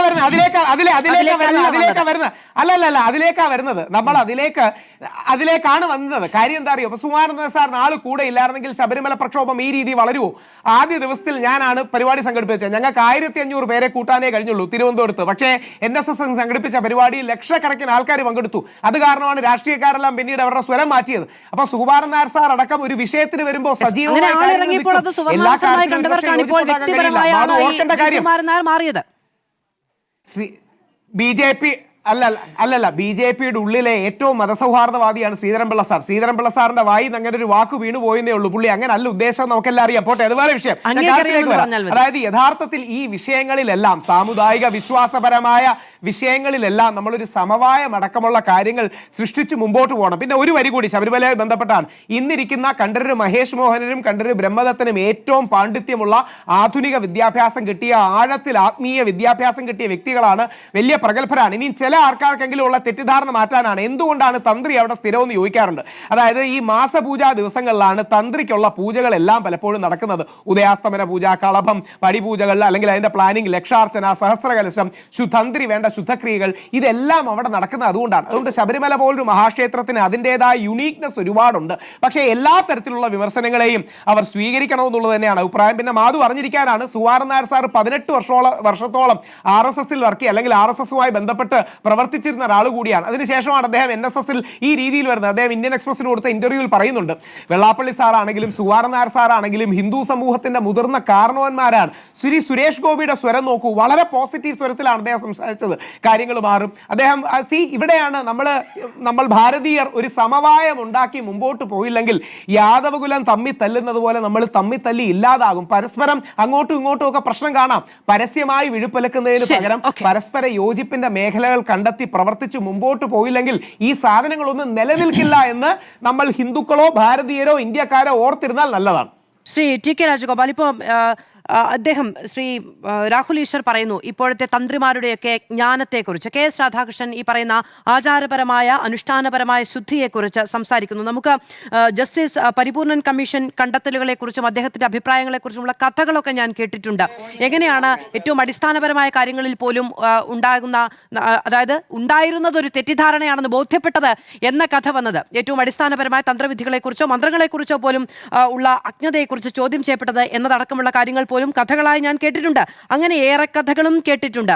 ഇനി വേറെ ഒരു പ്രശ്നം കൂടിയുണ്ട്. അത് ഈ NSSുമായി ബന്ധപ്പെട്ട പ്രശ്നമാണ്. അങ്ങ് ആ പ്രദേശത്ത് നിന്ന് കൂടിയുള്ള ഒരാളാണ്. ഈ BJP ഇങ്ങനൊരു അഭിപ്രായം പറയുന്നതിന് പിന്നിലെ രാഷ്ട്രീയ ലക്ഷ്യം എന്താണെന്നാണ് അങ്ങ് മുതിർന്ന മാധ്യമപ്രവർത്തകനാണ് അങ്ങ് കരുതുന്നത്? ഇപ്പം മാധു, ഈ VVIPകളുടെ വിസിറ്റുമായിട്ട് ബന്ധപ്പെട്ട് ചങ്ങനാശ്ശേരിയിൽ പെരുന്നേല് ഒരുപാട് പ്രശ്നങ്ങൾ ഇത് മുമ്പും ഉണ്ടായിട്ടുണ്ട്. മുമ്പും പല പ്രശ്നങ്ങളും ഉണ്ടായിട്ടുണ്ട്. ഇപ്പം ഈ റീസെന്റ് ആയിട്ടുള്ള പ്രശ്നം എന്ന് പറയുന്നത് അന്ന് പശ്ചിമ ബംഗാൾ ഗവർണറായിരുന്ന ശ്രീ CV ആനന്ദബോസിന് പുഷ്പാർച്ചന നടത്താൻ പറ്റാത്തതുമായിട്ട് ബന്ധപ്പെട്ട വിഷയങ്ങളാണ്.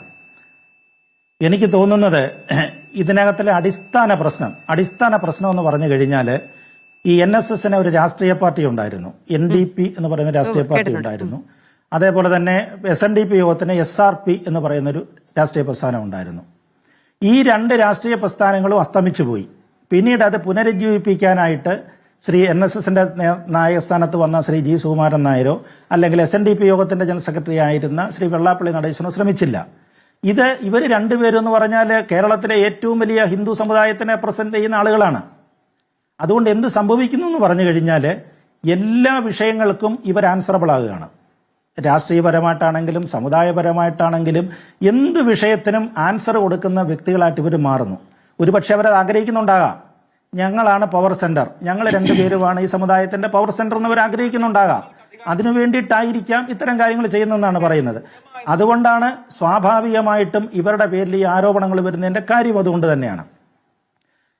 പിന്നെ ഞാൻ നേരത്തെ പറഞ്ഞ ആനന്ദബോസിന്റെ കാര്യം പറഞ്ഞതിനകത്തില് അദ്ദേഹത്തിന് അവിടെ പെർമിഷൻ കൊടുത്തു എന്നാണ് അദ്ദേഹത്തിന്റെ സന്തത സഹചാരി എന്നോട് പറഞ്ഞത്. അവിടെ പുഷ്പാർച്ചന നടത്താൻ അവസരം കൊടുത്തിരുന്നു, നേരത്തെ അത് സമ്മതിച്ചിരുന്നു എന്നാണ് പറയുന്നത്. അത് പ്രകാരം ഈ രണ്ടു തരത്തിലെ പ്രോട്ടോകോൾ പ്രശ്നമുണ്ട് ഇവിടെ. പ്രോട്ടോകോൾ പ്രശ്നം എന്ന് പറഞ്ഞു കഴിഞ്ഞാൽ ഇലക്ട്രിക്കൽ വിഭാഗത്തിന്റെ പരിശോധന അവിടെ വേണം. മന്നം സമാധിയിൽ ഒരുപാട് വൈദ്യുതി സംവിധാനങ്ങളും മറ്റും കാര്യങ്ങളും ഉള്ളതുകൊണ്ട് ഗവർണർ, ഉപരാഷ്ട്രപതി, ഇത്തരത്തിലുള്ള VVIPകൾ, അതീവ സെക്യൂരിറ്റി, അന്ന് പശ്ചിമ ബംഗാളിന്റെ ഗവർണർ കൂടിയാണ് അദ്ദേഹം പറഞ്ഞത് ഞാൻ കോട്ടയത്തുകാരനാണ്, ഒരു നായരാണ്, അതുകൊണ്ട് എനിക്ക് മന്നം സമാധിയിൽ ഒരു പുഷ്പാർച്ചന നടത്തണമെന്ന് ആവശ്യപ്പെട്ടിരുന്നു. അപ്പോൾ അന്ന് പെർമിഷൻ കൊടുത്തിരുന്നു എന്നാണ് ഇദ്ദേഹത്തിന്റെ കൂടുള്ള ആൾ പറഞ്ഞത്. എന്തായാലും ഈ ഇലക്ട്രിക്കൽ പരിശോധനയോടുകൂടിയാണ് പ്രശ്നങ്ങൾ അങ്ങ് മാറുന്നത്. മന്നം സമാധിയിലെ ഇലക്ട്രിക്കൽ പരിശോധനയ്ക്ക് വേണ്ടിയിട്ട് ഇലക്ട്രിക്കൽ വിഭാഗത്തിന്റെ കുറച്ച് ഉദ്യോഗസ്ഥന്മാർ വന്നിരുന്നു. അവരോടാണ് ആദ്യമായിട്ട് ഈ വിരുദ്ധ അഭിപ്രായം പറയുന്നത്. ഇവിടെ അങ്ങനെയുള്ള അനുവാദമൊന്നും ആരും കൊടുത്തിട്ടില്ല എന്നുള്ള മട്ടിലാണ് അന്ന് വാർത്ത വന്നത്. അതിനുശേഷമാണ് ഈ പട്ടിപ്രയോഗം വരുന്നത്. പട്ടി എന്ന് പറഞ്ഞാൽ അത് പറഞ്ഞില്ല, അദ്ദേഹത്തിന്റെ വായിൽ നിന്ന് അങ്ങനെ ഒരു വാക്ക് വരരുതായിരുന്നു എന്നാണ് എൻ്റെ. കാരണം അദ്ദേഹം പരിണിതപ്രജ്ഞനായ ആളാണ്. പട്ടിപ്രയോഗം നമ്മൾ ഈ പറയുന്ന പോലെ ചെറ്റ എന്നൊക്കെ പറയുന്നത് പോലെ വളരെ പരിണിതരായ ആളുകളുടെ വിവരമുള്ള ആളുകളുടെ നിന്ന് അങ്ങനെ അത്ര വാക്കുകളൊന്നും വരരുതായിരുന്നു. ഈ പട്ടി എന്ന് പറഞ്ഞു കഴിഞ്ഞാൽ നായയുടെ പരിശോധനയാണ്, പോലീസ് നായയുടെ പരിശോധനയെക്കുറിച്ചാണ് അദ്ദേഹം പറഞ്ഞത്. അതും അവിടെ സംഭവിച്ചിരുന്നെന്ന് അന്ന് പോലീസിന്റെ ഇൻഫർമേഷൻ വന്നിരുന്നു. ഗവർണർ ആനന്ദബോസ് വരികയാണ്, കോട്ടയത്തുനിന്ന് വരികയാണ്, അദ്ദേഹത്തിന്റെ ഓരോ അങ്ങനെ വന്ന സമയത്ത് കൃത്യമായിട്ട് അത് വന്നിരുന്നു. അപ്പൊ അങ്ങനെ ഈ നായ് അവിടെ വെച്ചാണ് പ്രശ്നം ഉണ്ടാകുന്നത്. ഇത്തരത്തിൽ പ്രശ്നം ഉണ്ടാകുന്നത്. ഒരു കാരണവശാൽ അദ്ദേഹം ജനറൽ സെക്രട്ടറി താഴത്തെ മുറിയിലാണ് ഇരിക്കുന്നത്. ഇവിടെ ഒന്നും നായയെ കൊണ്ട് കയറ്റാൻ പറ്റത്തില്ല. പോലീസ് നായുമായിട്ട് വന്നിരുന്നെന്നാണ് പറഞ്ഞത്. അങ്ങനെ രണ്ട് അനുഭവസ്ഥന്മാരുടെ റിപ്പോർട്ടുകളൊക്കെ അങ്ങനെയാണ് വന്നത്. പക്ഷെ ഇവിടെ കയറാൻ പറ്റത്തില്ല, നായയെ കയറ്റാൻ പറ്റത്തില്ല എന്നൊക്കെ പറഞ്ഞ് അദ്ദേഹം ക്ഷുഭിതനായി. അങ്ങനെയാണ് പിന്നീട് ഗവർണർ അവിടെ അദ്ദേഹത്തെ സ്വീകരിച്ചു, എന്തോ ഉപഹാരമൊക്കെ കൊടുക്കുകയും ചായ കൊടുക്കുകയൊക്കെ ചെയ്തിട്ട് അങ്ങനെയാണ് പിരിഞ്ഞത്. അവിടെ നിന്ന് ഡൽഹിയിലെത്തിയ ശേഷമാണ് ആനന്ദബോസ് ഇത്തരത്തിലുള്ള ഒരു തീരുമാനത്തിലേക്ക് വരുന്നത്. ഡൽഹിയിൽ അവിടെ മന്നത്തിനൊരു സ്മൃതി മണ്ഡപം സ്ഥാപിക്കണം എന്നുള്ളതിലേക്ക് വരുന്നത്. അപ്പോൾ അതാണ് അതിന്റെ ഒരു പശ്ചാത്തലം എന്ന് പറയുന്നത്. ഇത് കാലാകാലങ്ങൾ അവിടെ സംഭവിക്കുന്നതാണ്. പക്ഷേ ഇവരെ സംബന്ധിച്ചിടത്തോളം ഇപ്പൊ BJPയുടെ നേതാക്കന്മാരെ കേന്ദ്രത്തിൽ ഭരിക്കുന്നത് BJP ആണ്. പണ്ട് നരസിംഹറാവുവിന്റെ കോൺഗ്രസിന്റെ കാലത്ത് അങ്ങനെ പ്രശ്നമുണ്ടായി. BJPയുടെ സമയത്ത് തന്നെയാണ് ഉണ്ടായിരിക്കുന്നത്. BJPയുടെ നേതാക്കന്മാർ വരുന്ന സമയത്ത് അവിടെ ചങ്ങനാശ്ശേരിയിലെ ഏറ്റവും സ്വീകാരനായ ഒരു BJP നേതാവ് എന്ന് പറയുന്നത് മുമ്പേ ഗവർണറായിരുന്ന ശ്രീ PS ശ്രീധരൻപിള്ളയാണ്. ഞാൻ കണ്ടിട്ടുള്ളത് വളരെ അദ്ദേഹത്തിന് അവിടെ സ്വാതന്ത്ര്യമുണ്ട്. പിന്നെ അവിടെ ലോക്കൽ ഒരു രാധാകൃഷ്ണ മേനോൻ, പിന്നെ ഒരു സിനിമാ നടൻ കൃഷ്ണപ്രസാദ്, ഇങ്ങനെയൊക്കെയുള്ളവർക്ക് അവിടെ നല്ല സ്വാതന്ത്ര്യമുണ്ട്. അല്ലാതെ ഞാൻ ഇലക്ഷൻ കാലത്ത് ആകെ കണ്ടിരിക്കുന്നത് 2019 ശബരിമല പ്രക്ഷോഭത്തിന് ശേഷം അവിടെ കണ്ടിരിക്കുന്ന ആളുകൾ എന്ന് പറയുന്നത് ഇനിയിപ്പോൾ ഈ തരത്തിലുള്ള റെസ്ട്രിക്ഷൻ എന്തെങ്കിലും തരത്തിലുള്ള ഇളവ് വരുത്താൻ കഴിയുമോ? അങ്ങനെ ഇപ്പോൾ ഒരു ഇളവ് വരുത്തുകയാണെങ്കിൽ മുൻകാലങ്ങളിൽ സ്വീകരിച്ച നിലപാടുകൾ ഇതേപോലെ ചോദ്യം ചെയ്യപ്പെടില്ലേ? ഇളവ് വരുത്താം മധു, ഇളവ് വരുത്താം. ഇതിനകത്തെന്ന് പറഞ്ഞ കർശനമായ വ്യവസ്ഥകളൊന്നും വേണ്ട. കാരണം മുമ്പേ ചോദിച്ചില്ലേ എന്തുകൊണ്ടാണ് അദ്ദേഹത്തെ മാറ്റാൻ പറ്റാത്തത് എന്നൊക്കെ ചോദിക്കുന്നത്. ഇത് മന്നം അങ്ങനെയാണ് ഇതിന്റെ ഭരണഘടന ഉണ്ടാക്കിയിരിക്കുന്നത്. ഇതിനൊരു കാര്യം ചെയ്യണം, ഓരോ കരയോഗങ്ങളിൽ നിന്നുള്ള അഭിപ്രായങ്ങൾ എടുക്കണം. ഏറ്റവും ബേസ് ലെവൽ എന്ന് പറയുന്ന കരയോഗത്തിൽ നിന്ന് എടുക്കണം. അതിൽ നിന്ന് കരയോഗത്തിൽ നിന്ന് പറയുന്ന താലൂക്ക് യൂണിയൻ പ്രതിനിധികളുണ്ട്, അവരോട് ചോദിക്കണം. അതുപോലെ പ്രതിനിധിസഭാ മെമ്പർമാരുണ്ട്, അതുപോലെ തന്നെ ഇലക്ടറൽ റോൾ മെമ്പർമാരെന്നൊക്കെ പറയുന്ന ആളുകൾ വരുന്നുണ്ട്. അവസാനം ഡയറക്ടർ ബോർഡും വരുന്നുണ്ട്. ഇവരോട് ഒരു പൊതുവായ അഭിപ്രായങ്ങൾ ചോദിക്കണം. പൊതുവായ അഭിപ്രായങ്ങൾ ചോദിച്ചാൽ നമുക്ക് ഈ സമാധി ഇങ്ങനെയൊക്കെയുള്ള ദേശീയ തലത്തിലുള്ള പ്രധാനമന്ത്രിയോ രാഷ്ട്രപതിയോ ഒക്കെ വരികയാണെന്നുണ്ടെങ്കിൽ നമുക്കിത് തുറന്നു കൊടുക്കാം. അവരുടെ പ്രോട്ടോകോൾ പാലിച്ച് തുറന്നു കൊടുക്കുന്നതിന് എന്താ ബുദ്ധിമുട്ട്, പുഷ്പാർച്ചന നടത്തിക്കൊണ്ട് പോകട്ടെ എന്ന് പറയാം. ഇപ്പൊ ശിവഗിരി വരുന്നില്ലേ? ശിവഗിരി വരുന്നല്ലോ, നേതാക്കന്മാരൊക്കെ ശിവഗിരി വരുന്നുണ്ട്. ഇപ്പൊ ഈ പറഞ്ഞതുപോലെയാണ്. അവിടുത്തെ പ്രോട്ടോകോൾ എന്താണെന്ന് എനിക്ക് അറിഞ്ഞുകൂടാ. അവിടെ ഇതുവരെ വിവാദങ്ങളൊന്നും കേൾക്കാത്തതുകൊണ്ട് നമുക്ക് അറിഞ്ഞുകൂടാ. ഇഷ്ടം പോലെ ഫണ്ടും കിട്ടുന്നുണ്ട് അല്ലേ? കഴിഞ്ഞ തവണ മുരളീധരൻ അടക്കമുള്ള ആളുകളൊക്കെ ഉണ്ടായിരുന്ന സമയത്ത് ഇഷ്ടം പോലെ ഫണ്ടും കിട്ടുന്നുണ്ട്. ഇതിപ്പോ അങ്ങനെ വരുന്നതുകൊണ്ട് ഇത് സൈഡ് ലൈൻ ചെയ്യപ്പെടുകയാണ്. ഇത് പറഞ്ഞില്ലേ, ഇത്തരത്തിലുള്ള മുഖ്യധാരയിൽ നിന്ന് മാറ്റപ്പെടുകയാണ്. ഈ ഭയമായിരിക്കാം ഒരു പക്ഷെങ്കിൽ ഈ പറയുന്ന പുതിയ തലമുറ കുട്ടികളൊന്നും ഇതിലേക്ക് വരുന്നില്ല. NSSന്റെ ഇതിനകത്ത് വളരെ നാമമാത്രമായിട്ടാണ് വരുന്നത്.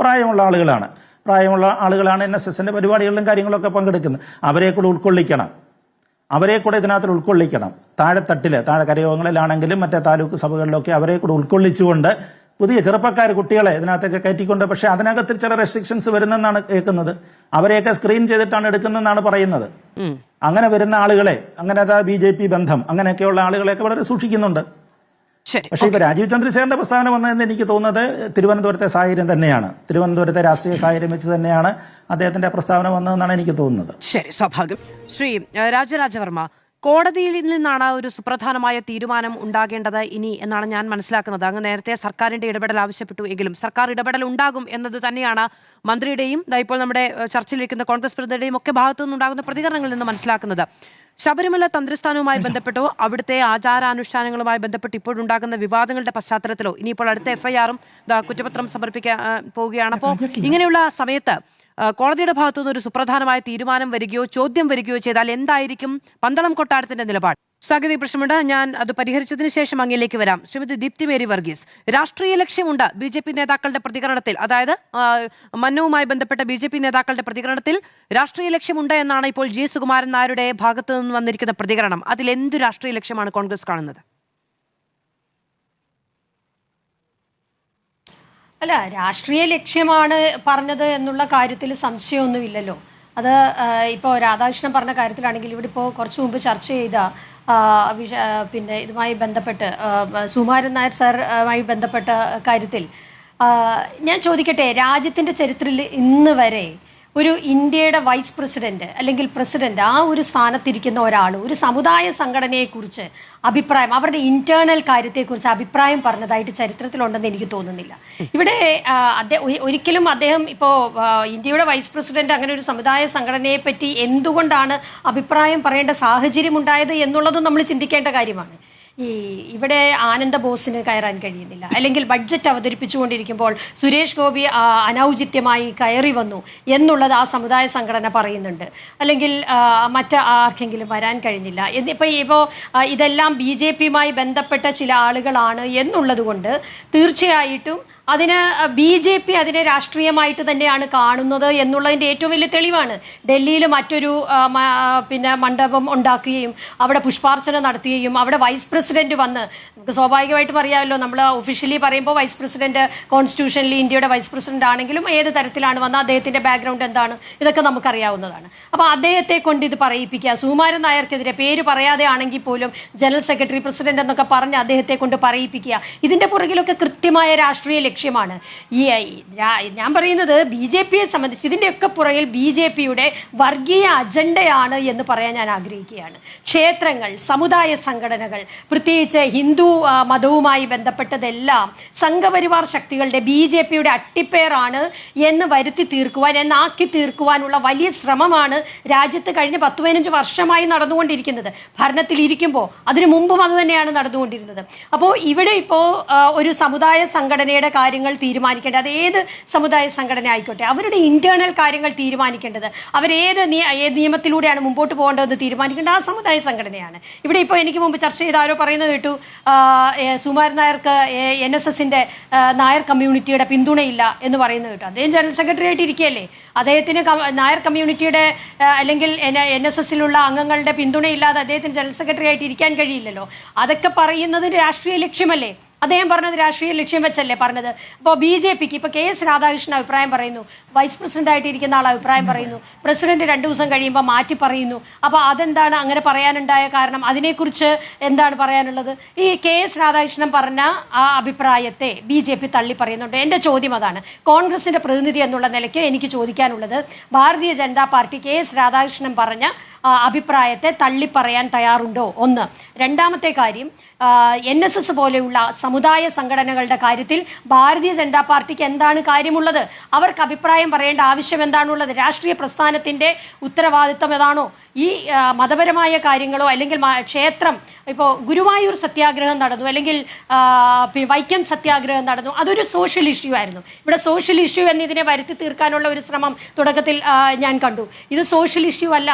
ഇത് പൂർണ്ണമായിട്ടും മതത്തെ രാഷ്ട്രീയവൽക്കരിക്കുക, ക്ഷേത്രങ്ങളെ രാഷ്ട്രീയവൽക്കരിക്കുക, സമുദായങ്ങളെ രാഷ്ട്രീയവൽക്കരിക്കുക. ഇതാണ് BJPയുടെ ലക്ഷ്യം. അതിനനുസരിച്ചാണ് അവരിത് പറഞ്ഞുകൊണ്ടിരിക്കുന്നത്.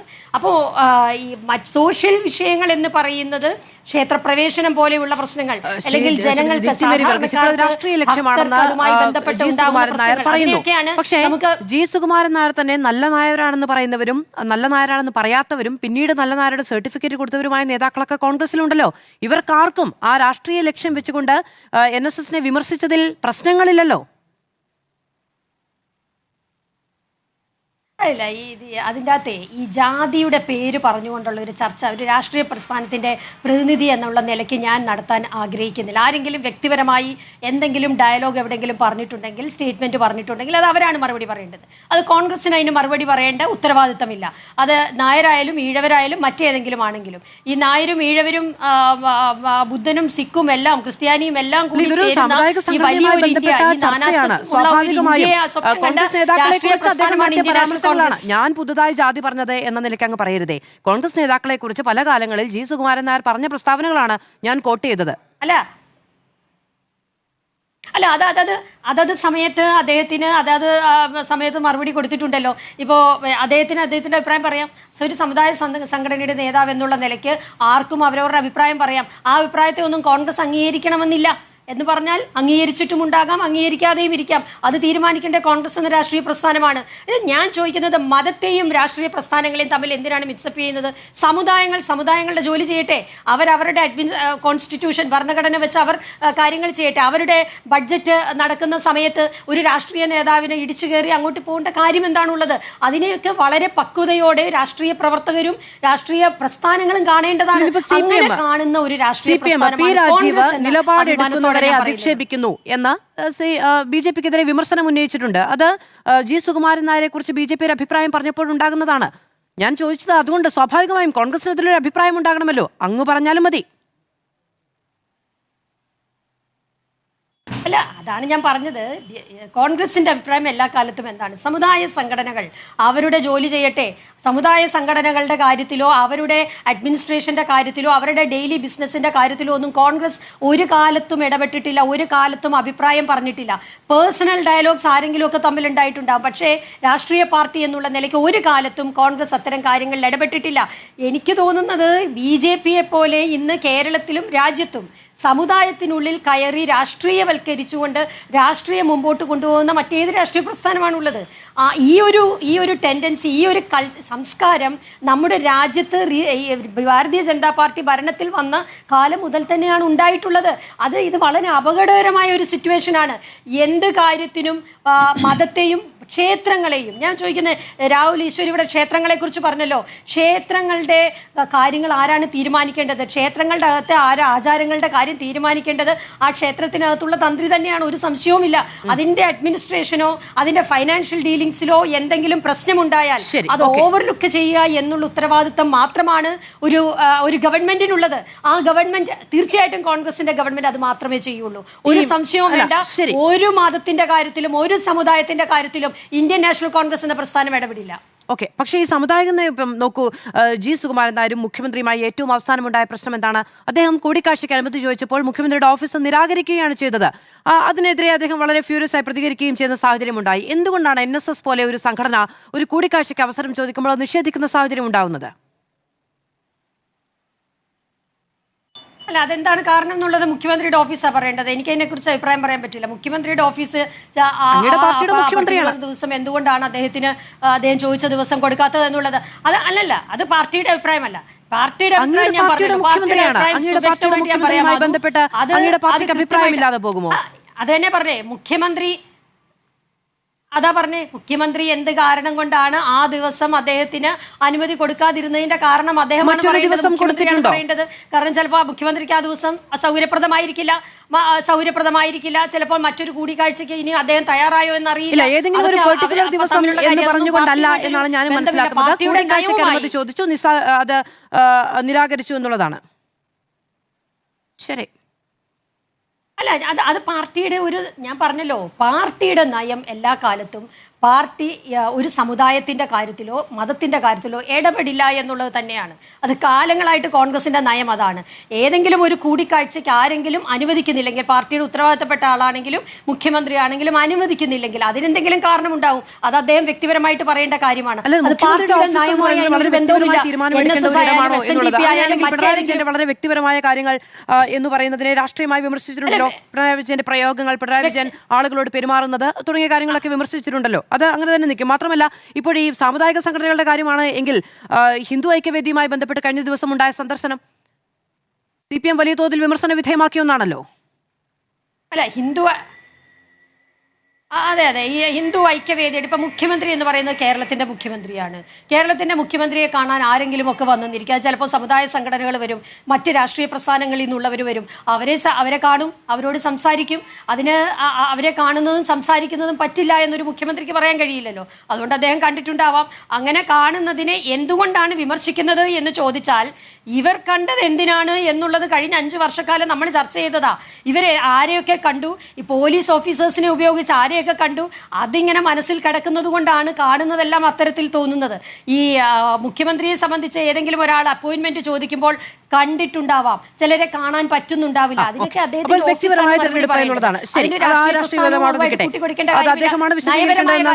അങ്ങ് പറയുകയും ചെയ്തു. അത് പാർട്ടി നിലപാടല്ല എന്ന് പറയുകയും ചെയ്തു. പാർട്ടി നിലപാടല്ല എന്ന് പാർട്ടിയുടെ പ്രതിനിധി പറഞ്ഞാൽ അതിനപ്പുറത്തേക്ക് എനിക്ക് തർക്കം വെക്കാനില്ല. ഈ ചർച്ചയുടെ അവസാന ഘട്ടമാണ്. ശ്രീ രാജരാജവർമ്മ, നേരത്തെ അങ്ങയിലേക്ക് വരാൻ ഞാൻ ശ്രമിച്ചു. അത് ശബരിമല വിഷയവുമായി ബന്ധപ്പെട്ടാണ്. സാങ്കേതിക പ്രശ്നമുണ്ടായതുകൊണ്ടാണ് മറ്റു വിഷയങ്ങളിലേക്ക് പോകേണ്ടി വന്നത്. എനിക്കറിയേണ്ടത്, കോടതിയിൽ നിന്ന് ഈ തന്ത്രിയുമായി ബന്ധപ്പെട്ട്, തന്ത്രി കുടുംബവുമായി ബന്ധപ്പെട്ട് ഒരു പ്രതിസന്ധി ഉണ്ടാവുകയാണ് എങ്കിൽ നിലവിൽ കോടതിയുടെ പരിഗണനയിലാണ് അദ്ദേഹത്തിന്റെ നിർദ്ദേശമുള്ളത്. മകനെ തന്ത്രിയാക്കണം എന്നുള്ള അദ്ദേഹത്തിന്റെ ശുപാർശ നിലവിൽ കോടതിയുടെ പരിഗണനയിലാണുള്ളത്. അതിൽ കോടതിയിൽ നിന്ന് ഒരു അഭിപ്രായം ചോദിക്കുകയാണ് എങ്കിൽ എന്തായിരിക്കും കൊട്ടാരത്തിന്റെ നിലപാട്? തീർച്ചയായിട്ടും ഈ തന്ത്രി വിഷയത്തിൽ എനിക്ക് ദേവസ്വം ബോർഡിൽ കോടതിയിൽ നിന്ന് കത്ത് കിട്ടുകയാണെങ്കിൽ തീർച്ചയായിട്ടും ശക്തമായിട്ടുള്ള നിലപാട് തന്നെയാണ് എടുക്കാൻ വേണ്ടി പോകുന്നത്. കാരണം ഈ കാരാഴ്മ തന്ത്രസ്ഥാനം പുനഃസ്ഥാപിച്ച് ഇത് റെഗുലേറ്റ് ചെയ്യണം എന്ന് മാത്രമേ എനിക്ക് പറയാൻ പറ്റുള്ളൂ. മറ്റേതെങ്കിലും രീതിയിലുള്ള അയോഗ്യതകൾ ആർക്കെങ്കിലും ഉണ്ടെങ്കിൽ തീർച്ചയായിട്ടും പുറമേ നിന്നുള്ള ആൾക്കാരെ ഉൾക്കൊള്ളിച്ചുകൊണ്ട് മേശാ നിയമനത്തിനുള്ള ഇൻ്റർവ്യൂ നടത്തണം എന്ന് തന്നെയാണ് പറയാൻ ഉദ്ദേശിക്കുന്നത്. ഒന്ന്. ഈ സംബന്ധത്തിൽ ഞാൻ 2 വിഷയങ്ങളൊന്ന് സൂചിപ്പിച്ചിട്ടെ. കാരണം വലിയ മനോവിഷമത്തോടു കൂടിയാണ് ആ വിഷയം എനിക്ക് ഇന്നലെ കേട്ടാൻ ഇടയായത്. ശബരിമല ഇപ്പോഴത്തെ ദേവസ്വം ബോർഡിൻ്റെ ഭരണസമിതി ശബരിമലയിൽ ഒരു സിംബോളിക് ഭസ്മക്കുളം ഉണ്ടാക്കാൻ വേണ്ടി പോകുന്നത് പറഞ്ഞു. ഇത് ആരുടെയൊക്കെ ചോദിച്ചു എന്തിനു ചെയ്യുന്നു എന്ന് ഒരു പിടുത്തം കിട്ടുന്നില്ല. ഇത് ഈ ബന്ധപ്പെട്ട കക്ഷികളുമായിട്ടോ കോടതിയായിട്ടോ സർക്കാരുമായിട്ടോ ആലോചിച്ചിട്ടോ ഒന്നുമല്ല ഈ ചെയ്തിരിക്കുന്നത്. ഈ സിംബോളിക് ഭസ്മക്കുളം പണിയാൻ ഉദ്ദേശിക്കുന്നതെന്ന് ദേവസ്വം ബോർഡ് ദയവ് ചെയ്ത് പിന്മാറണം. രണ്ടാമത്തത് ഞാൻ മനസ്സിലാക്കിയത്, അവിടെ ശബരി ഗസ്റ്റ് ഹൗസ് അനക്സിൻ്റെ സമീപത്ത് വീണ്ടും ഒരു കോൺക്രീറ്റ് ബിൽഡിംഗ് വരാൻ വേണ്ടി പോകുന്നത് പറയുന്നു. ഇപ്പം തന്നെ അവിടെ കോൺക്രീറ്റ് ബിൽഡിങ്ങിൻ്റെ കൂനയാണ്. ഉള്ള കെട്ടിടങ്ങൾ പൊളിച്ചു കളയുന്നതിന് പകരം വീണ്ടും അവിടെ കെട്ടിടങ്ങൾ ഉണ്ടാക്കാനുള്ള സൗകര്യം ഉണ്ടാക്കി വെക്കുന്ന നടപടിക്രമത്തിൽ നിന്നും അത് ദേവസ്വം ബോർഡ് ഒഴിഞ്ഞു മാറണം എന്നും കൂടെ ഞാൻ പ്രത്യേകം പറയുന്നു. കോടതിയിൽ നിന്ന് എന്ത് ചോദിച്ചാലും ശക്തമായിട്ടില്ല. ഞാൻ രേഖകൾ അനുസരിച്ചിട്ടുള്ള ഗവൺമെൻറ്റിൻ്റെ കയ്യിൽ വാലിഡിറ്റിയുള്ള ഡോക്യുമെൻറ്റ്സ് അനുസരിച്ച് മാത്രമേ ഞാൻ മുമ്പോട്ട് പോകുള്ളൂ. ഞാനിവിടെ ആളുടെ മുഖം നോക്കിയിട്ട് ഒരു തീരുമാനം എടുക്കുന്ന പരിപാടിയല്ല. കർക്കശമായിട്ട് നിലപാട് എടുത്തന്നെ പോയേ പറ്റുള്ളൂ. എന്നാലും മാത്രമേ ശബരിമല കാര്യങ്ങൾ എല്ലാം റെഗുലേറ്റ് ചെയ്ത് കൊണ്ടുവരാൻ പറ്റുള്ളൂ. പിന്നെ 2-3 കാര്യം കൂടെ ഇവിടുത്തെ ഭരണസമിതി ഇവിടുത്തെ ഗവൺമെൻറ് പ്രതിനിധികൾ പറഞ്ഞിട്ടു. ലെജിസ്ലേഷൻ ഉണ്ടാക്കുന്ന ഉത്തരവാദിത്തം മാത്രമേ സർക്കാരിനുള്ളൂ എന്ന്. ശരിയാണ്, അത് അഡ്മിനിസ്ട്രേഷൻ ബന്ധപ്പെട്ടത്. പക്ഷെ അതിൻ്റെ മുകളിൽ ഒരു സൂപ്പറിൻറ്റൻഡിങ് അതോറിറ്റി സർക്കാരിനുണ്ട്. അതായത് അക്കൗണ്ടബിലിറ്റി ആൻഡ് ഒബ്ലിഗേഷൻ ഉണ്ട്. അത് സർക്കാർ എക്സിക്യൂട്ട് ചെയ്യണം. 2, ശബരിമലയിലെ ആചാരങ്ങൾ റീകോഡ് ചെയ്യണമെന്ന് 2019 പറഞ്ഞിരുന്നു. അംഗീകരിച്ചതാണ്. ഇത് അംഗീകരിച്ചു കഴിഞ്ഞാൽ അവിടെ ആവശ്യമില്ലാത്ത ക്രൗഡ് മാനേജ്മെൻറ്റ് നമുക്കെല്ലാം നിർത്തിക്കാൻ പറ്റും. ശബരിമലയുടെ വരുമാനം ഇപ്പം കിട്ടുന്നതിനേക്കാൾ 3 ഇരട്ടി ഉണ്ടാക്കി കൊടുക്കാമെന്നും പറഞ്ഞിട്ടുണ്ട്. തീർച്ചയായിട്ടും അല്ല, ഞാൻ ധരിച്ചത് തെറ്റായിരിക്കാം. ഞാൻ കേട്ടതിൻ്റെ അടിസ്ഥാനം ഞാൻ പറഞ്ഞത് മാത്രമല്ല, അതിൻ്റെയൊക്കെ അടിസ്ഥാനത്തിൽ തന്നെയാണ് ഞാൻ സർക്കാരിലേക്ക് കത്ത് കൊടുത്തിരിക്കുന്നത്. കോടതി എന്ത് തീരുമാനം എടുക്കുന്നോ എന്ത് ചോദിച്ചു കഴിഞ്ഞാലും വ്യക്തമായ രേഖകൾ സഹിതം ഞാനവിടെ കൊണ്ട് ഹാജരാക്കും. അതിനെപ്പറ്റി ആർക്കും യാതൊരു സംശയമുണ്ട്. ഇവിടെ എനിക്ക് ആരുമായിട്ടും ഒരു വ്യക്തിവിദ്വേഷം ആരുമായിട്ടില്ല. സ്ഥാപനം നന്നായിട്ട് പോകണം. അവിടെ ഭക്തജനങ്ങൾക്ക് യാതൊരു ബുദ്ധിമുട്ടുണ്ടാകാൻ പാടില്ല. ക്രൗഡ് മാനേജ്മെൻറ്റ് അവരുടെ എഫക്റ്റീവായിട്ട് ഉണ്ടാകണമെന്നുണ്ടെങ്കിൽ അവിടെ 18ാം പടിക്ക് മുകളിലുള്ള ആചാരങ്ങൾ റീകോഡ് ചെയ്ത് പുനഃസ്ഥാപിക്കണം. ആ പുനഃസ്ഥാപിച്ചാൽ മാത്രമേ സാധിക്കുകയുള്ളൂ. എല്ലാ ക്ഷേത്രങ്ങൾക്കും ആ തന്ത്രിയാണ് അന്തിമ വാക്ക്. പക്ഷേ ശബരിമലയിൽ ഇത് ആപ്ലിക്കബിൾ അല്ല, ഇത് പ്രാധാന്യമല്ല. അത് നടക്കില്ല. കാരണം അത് അൺഇൻകോർപ്പറേറ്റഡ് ടെമ്പിളാണ്. അവിടെ ഇന്ന കർമ്മങ്ങളെ ചെയ്യാൻ പാടുള്ളൂ നിബന്ധനയുണ്ട്. അത് മാറ്റിമറിക്കാൻ ആർക്കും സാധ്യമല്ല. മേശാന്തികോ തന്ത്രിക്കോ ആർക്കും സാധ്യമല്ല. അതുപോലെ തന്ത്രികൾക്ക് മറ്റുള്ള ക്ഷേത്രങ്ങളെല്ലാം പ്രതിഷ്ഠാനമുണ്ട്.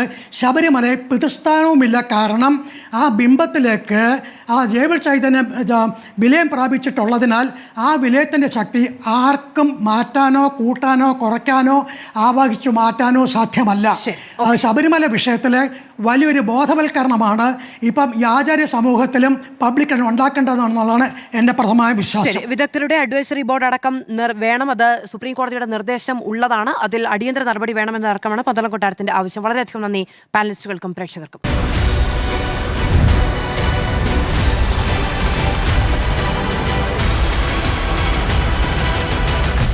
Debate with Madhu Saji.